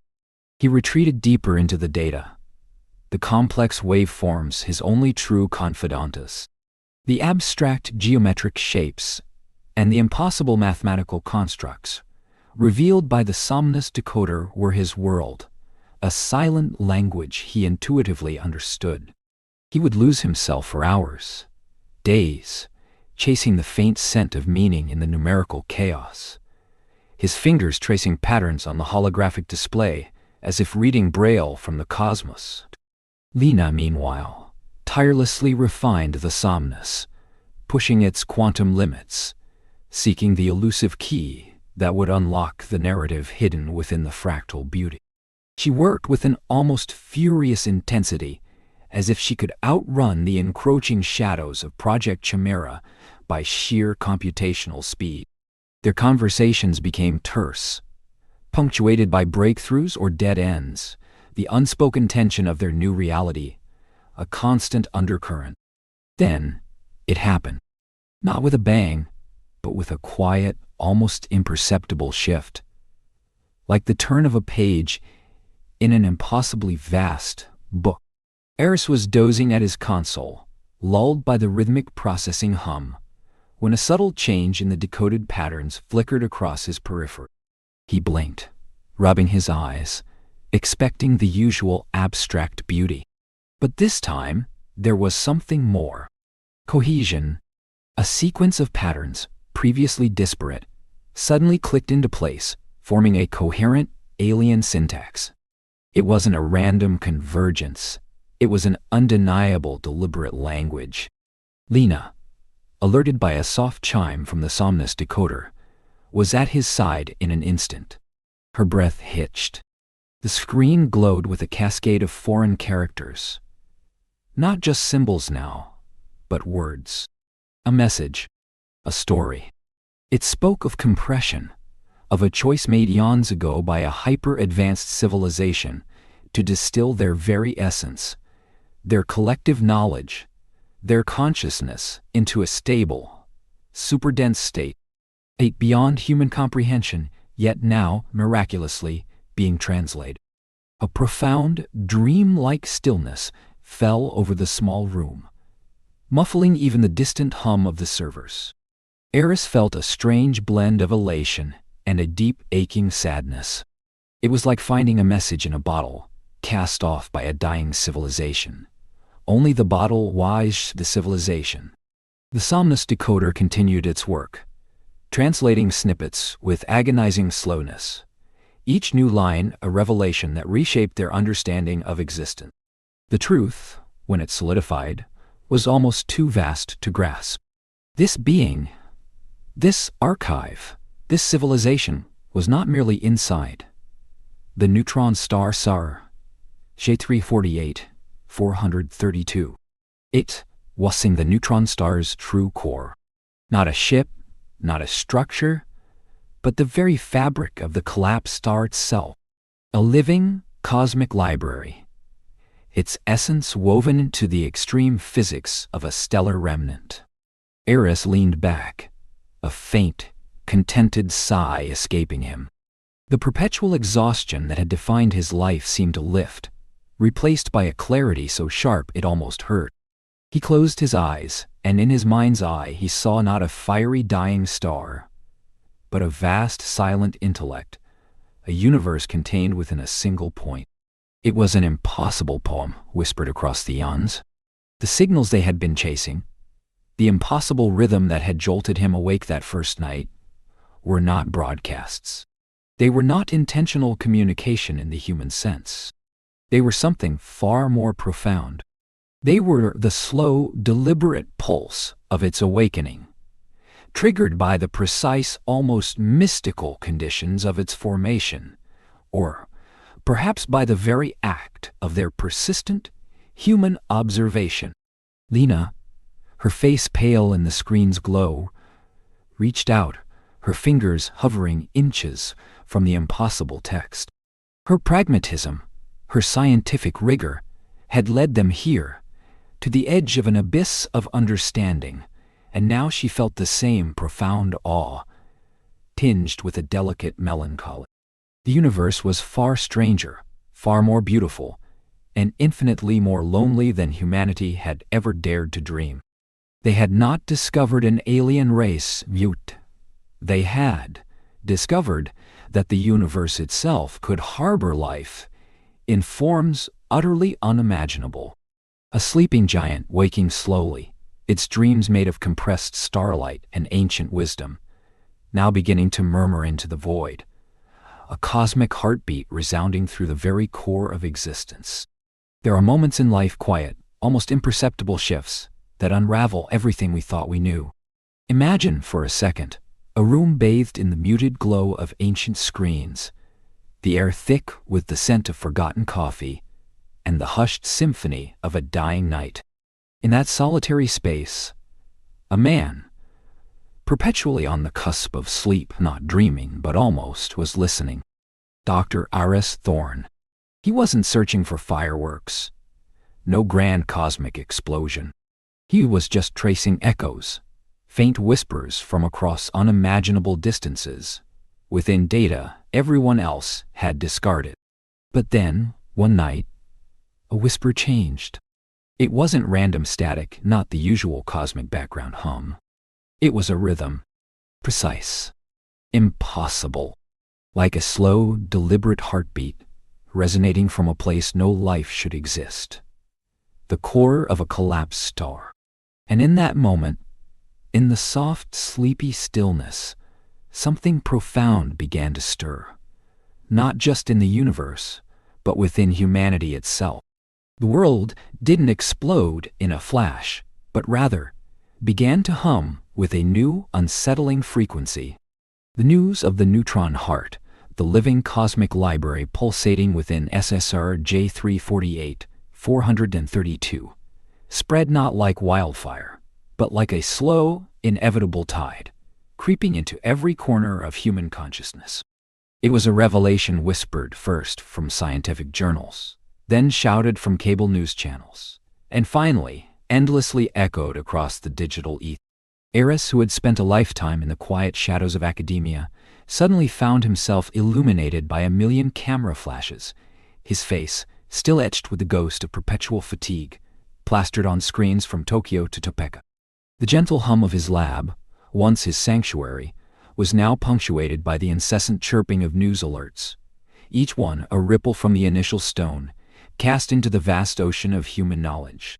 It felt, in retrospect, like watching a slow-motion cascade, each stone dislodging another, until the entire landscape was reshaped. In the immediate aftermath, the human world responded with a cacophony of belief and disbelief. For many, particularly those steeped in faith, the neutron heart was not merely a scientific anomaly, but a divine revelation.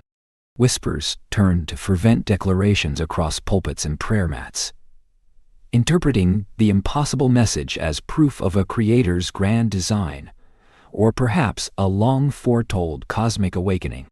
Prophets and theologians debated its meaning, some finding comfort in its complexity, others questioning the very foundations of their dogma. Yet, beneath this spiritual yearning, another current surged, the chilling murmur of suspicion. Conspiracy theories, born in the darkest corners of the internet, bloomed like toxic flora. This was a hoax, they claimed, an elaborate deception orchestrated by shadowy global cabals, a government cover-up of unimaginable scale designed to control or manipulate. The neutron heart became a Rorschach test for humanity's deepest fears and highest aspirations, reflecting back whatever it was we most desperately wanted or feared to see. Amidst the swirling vortex of public reaction, a colder, more methodical force began to assert itself. Project Chimera, the classified government agency, no longer merely expressed keen interest. They moved with the quiet, efficient precision of a predator, their shadow falling heavily over the Starfall Observatory. Operatives, crisp in their dark suits, their faces unreadable, became a constant, suffocating presence. They weren't assisting anymore. They were taking over. Eris's beloved, dimly lit corner, Lena's meticulously organized data streams, the very essence of their groundbreaking work, all were to be subsumed. Meetings, once informal huddles around a coffee-stained whiteboard, transformed into high-stakes briefings in sterile, windowless rooms where every word was weighed, every finding scrutinized through the lens of national security. Quiet pursuit of truth was being replaced by the chilling imperative of control.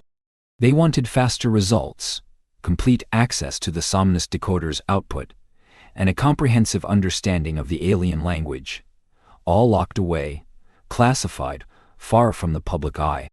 The air in the observatory, once thick with the scent of lukewarm coffee and scientific curiosity, now carried the faint metallic tang of fear and unspoken threats.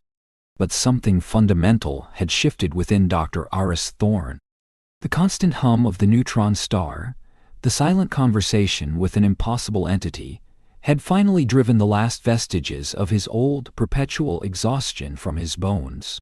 The profound weight of the discovery, the responsibility of being the first to truly listen, had forged a new kind of clarity within him. He was no longer just the sleepy scientist. He was a reluctant shepherd of humanity's future.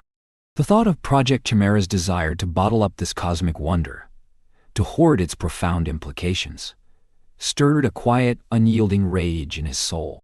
He saw the beauty of the fractal language, the welcoming pulse of the neutron heart, and understood that it was not merely a scientific artifact to be analyzed, but a connection, a bridge to a truth too vast to be contained. He began, cautiously at first, to speak, not in grand, booming pronouncements, but with the same quiet, insistent voice he used to explain complex astrophysics to Lena.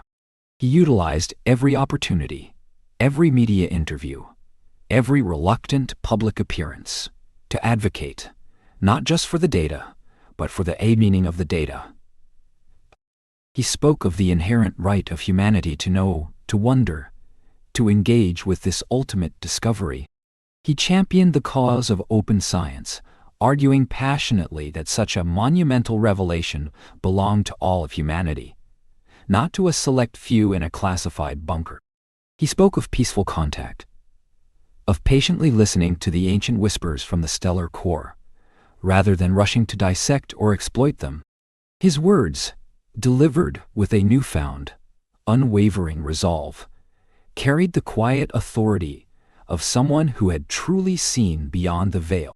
Dark circles under his eyes remained, but they were now badges of honor, testament not to sleepless nights of quiet contemplation, but to a sleepless dedication to a future where humanity embraced its boundless potential, guided by the impossible heartbeat of a star.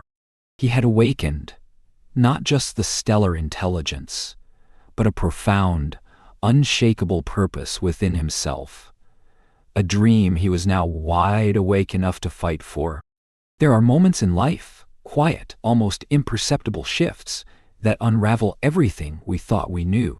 Imagine, for a second, a room bathed in the muted glow of ancient screens, the air thick with the scent of forgotten coffee, and the hushed symphony of a dying night. In that solitary space, a man, perpetually on the cusp of sleep, not dreaming, but almost was listening. Dr. Aris Thorne. He wasn't searching for fireworks, no grand cosmic explosion. He was just tracing echoes, faint whispers from across unimaginable distances, within data everyone else had discarded. But then, one night, a whisper changed. It wasn't random static, not the usual cosmic background hum. It was a rhythm. Precise. Impossible. Like a slow, deliberate heartbeat, resonating from a place no life should exist. The core of a collapsed star. And in that moment, in the soft, sleepy stillness, something profound began to stir. Not just in the universe, but within humanity itself. The Starfall Observatory, once a haven of quiet contemplation, now thrummed with a different kind of energy. The initial shockwaves of the neutron heart discovery had settled into a taut, almost unbearable anticipation. The pressure from Project Chimera was a constant, low-frequency hum beneath the surface, a persistent whisper of control that grated on Aris's academic nerves. But even their imposing presence seemed to fade into the background against the truly monumental task at hand. The first conscious attempt at dialogue with a cosmic intelligence. Lena Petrova, usually so sharp and pragmatic, moved with a quiet intensity that hinted at the enormous weight she carried. Her mind, a labyrinth of logical pathways and intuitive leaps, had been working ceaselessly. Sleep, for her, had become a luxury she couldn't afford, yet unlike Eris's perpetual fatigue, hers was a focused exhaustion, sharpening her already formidable intellect. She saw patterns where others saw noise, connections where others saw chaos. It was in one of these sleepless, almost dreamlike states, while tracing the elegant simplicity of prime numbers, that the idea coalesced. "Primes," she murmured one evening, not to anyone in particular, but to the constellation of flickering data on her screen. Eris, dozing in his usual worn chair, stirred slightly, as if her thought had brushed against his own subconscious. "It has to be primes. The most fundamental language, universal, undeniable." Her voice, usually crisp, was softer now, imbued with a quiet reverence. She envisioned a sequence, a simple ascending ladder of numbers. 2, 3, 5, 7, 11, 13. It was a message of pure mathematics, devoid of cultural bias or terrestrial noise, a greeting etched in the... If the neutron heart was indeed a living cosmic library, a being of compressed knowledge, it would surely understand the elegance of such a sequence. It was a call, a tentative, hopeful inquiry whispered across the light years. The construction of the reciprocal signal was a delicate dance of theoretical physics and cutting-edge engineering. Lena, with a small, dedicated team, worked in hushed tones, their movements precise, almost ritualistic. They repurposed the observatory's most powerful array, usually reserved for mapping the most distant galaxies, into an emissary, a voice reaching out into the profound silence. Eris, though less involved in the technical specifics, watched with a quiet awe, his insights into the fractal nature of the neutron heart's signals having subtly guided Lena's approach. He offered observations, intuitive leaps that to anyone else might have seemed like sleepy ramblings, but to Lena were profound illuminations. He spoke of the inherent symmetry in the universe, of how simplicity often masked infinite complexity. The air in the control room that night was thick with a palpable tension. Monitors glowed with lines of code and holographic projections of the prime sequence ready for transmission. Project Chimera agents, usually stoic and unreadable, stood stiffly, their faces betraying a flicker of the immense gravity of the moment. Even Dr. Vance, now a grudging ally, watched from a respectful distance, his earlier skepticism replaced by a profound, if uncomfortable curiosity. "Ready?" Lena's voice was barely a whisper, yet it cut through the silence like a knife. She looked at Eris, his eyes wide and unblinking, no hint of fatigue now. He gave a slow, deliberate nod. With a final, almost tender touch, Lena initiated the broadcast. There was no dramatic flash, no booming sound. Just a subtle hum of machinery, a whisper of power flowing through the conduits, and then a silence deeper than before. The prime sequence, humanity's first conscious greeting, began its arduous, lonely journey across the vast expanse, directed at the shimmering point of light that held the neutron heart. It was a tiny ripple in the cosmic ocean, yet its implication was boundless. The wait was agonizing, though brief. Seconds stretched into what felt like eternities, each one a silent prayer, a holding of collective breath. The monitors remained steady, showing only the outgoing signal, a steady pulse of prime numbers. Was it too simple? Too naive? Would it be swallowed by the cosmic noise, unnoticed by the ancient alien mind within the star? Then, it happened. Not a burst, not an explosion, but a gentle unfurling. The screens that moments before had displayed the outgoing primes now erupted with an incoming data stream, so intricate, so blindingly beautiful, it stole the breath from every throat. It was a fractal burst of energy, yes, but more than that, it was a living pattern, unfolding with impossible precision, evolving before their very eyes. Each line, each curve, each shimmering point of light on the display spoke of an understanding so profound it bordered on the divine. It was not merely a response, it was a welcoming. There was a warmth to its complexity, a profound sense of recognition that resonated deep within their chests. The pattern spoke of concepts utterly alien, yet, somehow, intuitively understood. It was a symphony of mathematics and consciousness, a silent dialogue across the abyss. It held the subtle echo of the heartbeat they had first detected, but amplified, expanded, a fractal blossom of pure conscious energy. A collective gasp, soft and reverent, filled the control room. Eris felt a strange, inexplicable lightness in his chest, a profound sense of melancholy settling alongside the overwhelming awe. Melancholy, not of sorrow, but of the bittersweet realization that humanity was no longer alone, that the silent, echoing universe they had always known had suddenly spoken back. The dream of cosmic solitude had ended, replaced by the boundless, terrifying reality of connection. Lena, her face pale but luminous, reached out a trembling hand, not to a console, but to Eris's arm.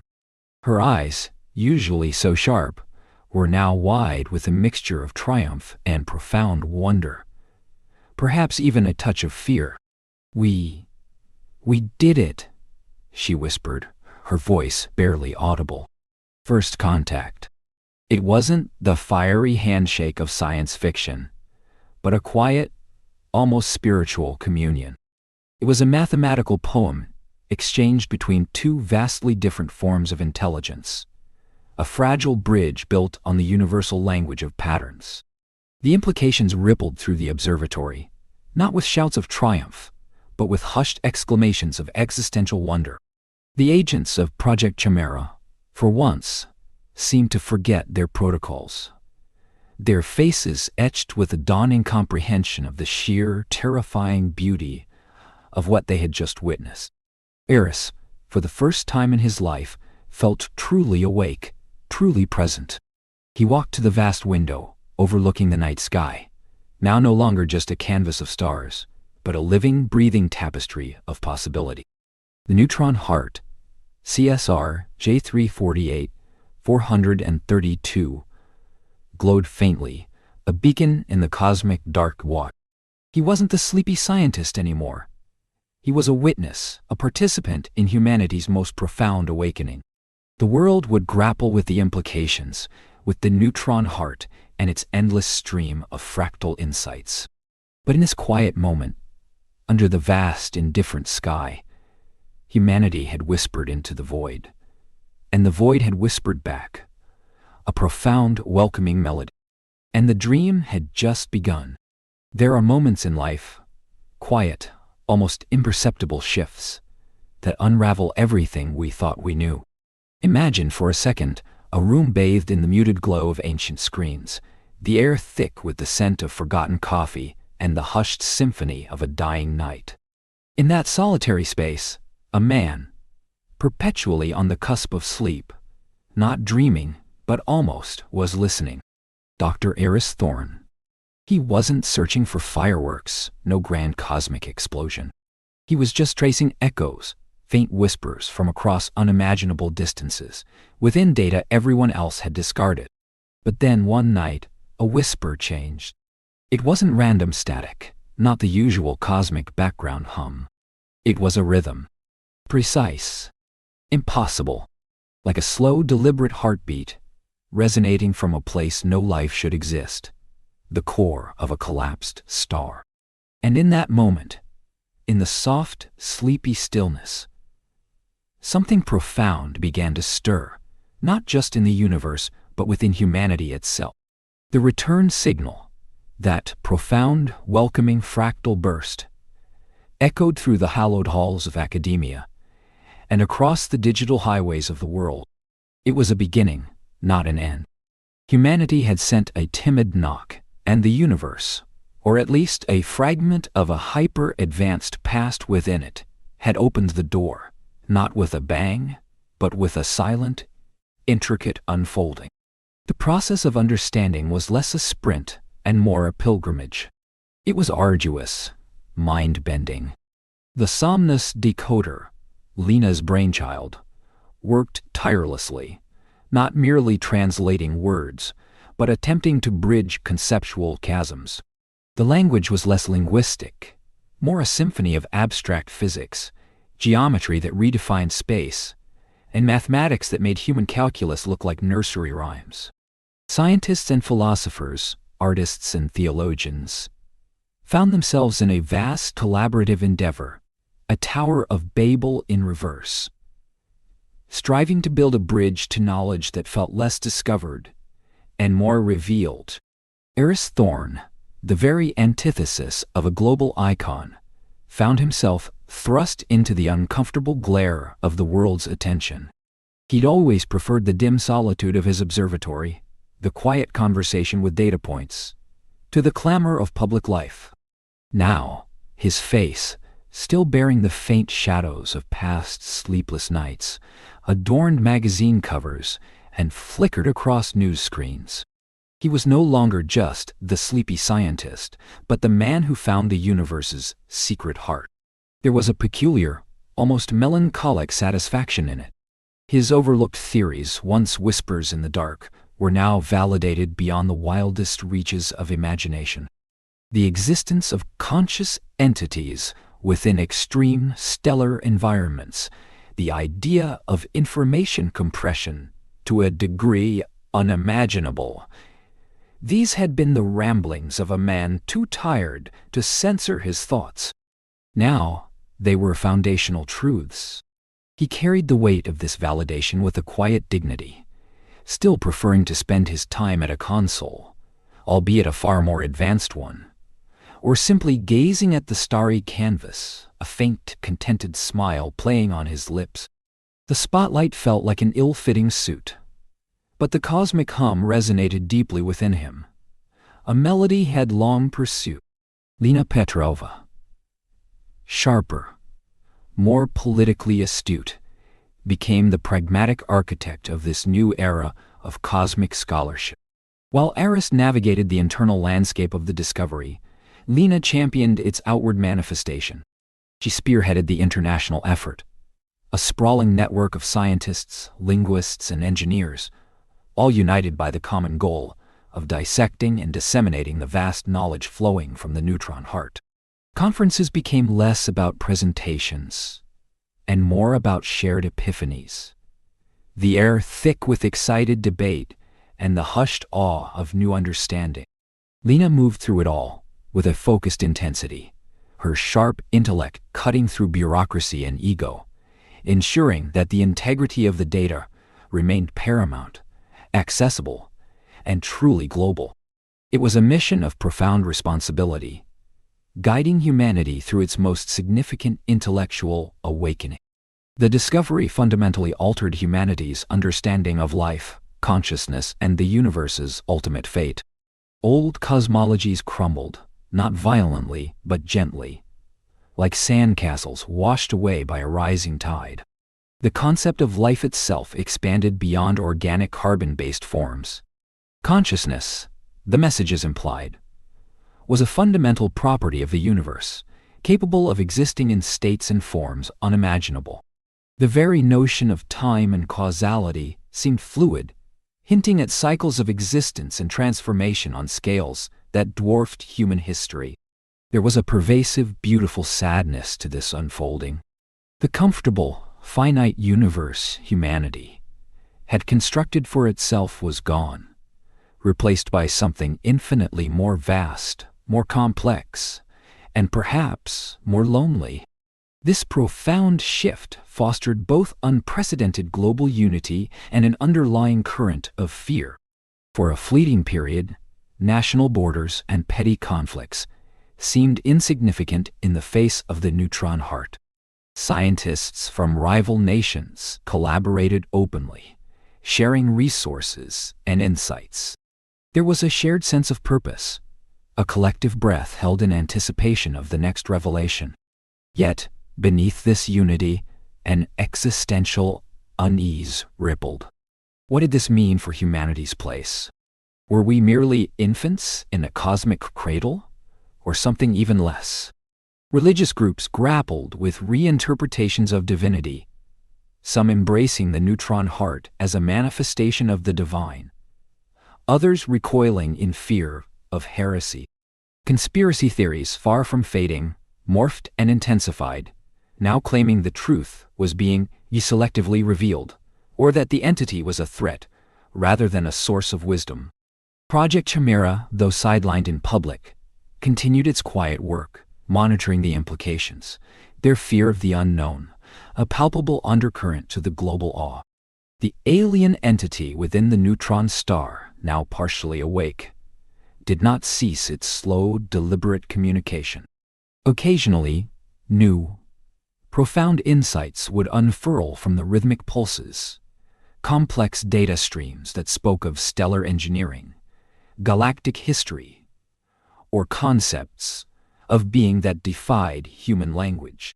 Each new transmission was a Rosetta Stone unto itself, demanding years, even decades, of dedicated study. It was a patient teacher, revealing itself in measured, profound increments. Among the many who had once scoffed, Dr. Kalen Vance, once Oris' most vocal detractor, experienced his own quiet humbling. He had tried every trick, every angle, to discredit the data, to paint Eris as a charlatan. But the neutron heart's truth was irrefutable, undeniable.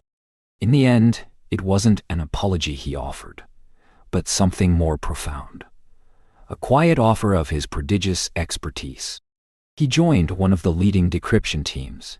His sharp, critical mind, once a weapon against Aris, now turned to the colossal task of understanding. It was a grudging respect, perhaps, but respect nonetheless, born of the crushing weight of cosmic truth. And Eris finally, truly slept soundly. The chronic fatigue that had defined him for so long, a physical manifestation of his relentless pursuit of unseen patterns, slowly receded. His dreams were no longer fragmented equations or the insistent hum of machinery. They were vast, silent cosmic vistas, fields of stars that shimmered with the fractal light of the neutron heart. He dreamt of new frontiers, not just scientific, but philosophical, existential. He dreamt of a universe far grander and stranger than he had ever conceived, a universe he had, in his own quiet, persistent way, helped to awaken. The sleepy scientist had not just awakened a stellar intelligence, he had inadvertently roused humanity's own boundless potential for wonder and discovery from a long terrestrial slumber.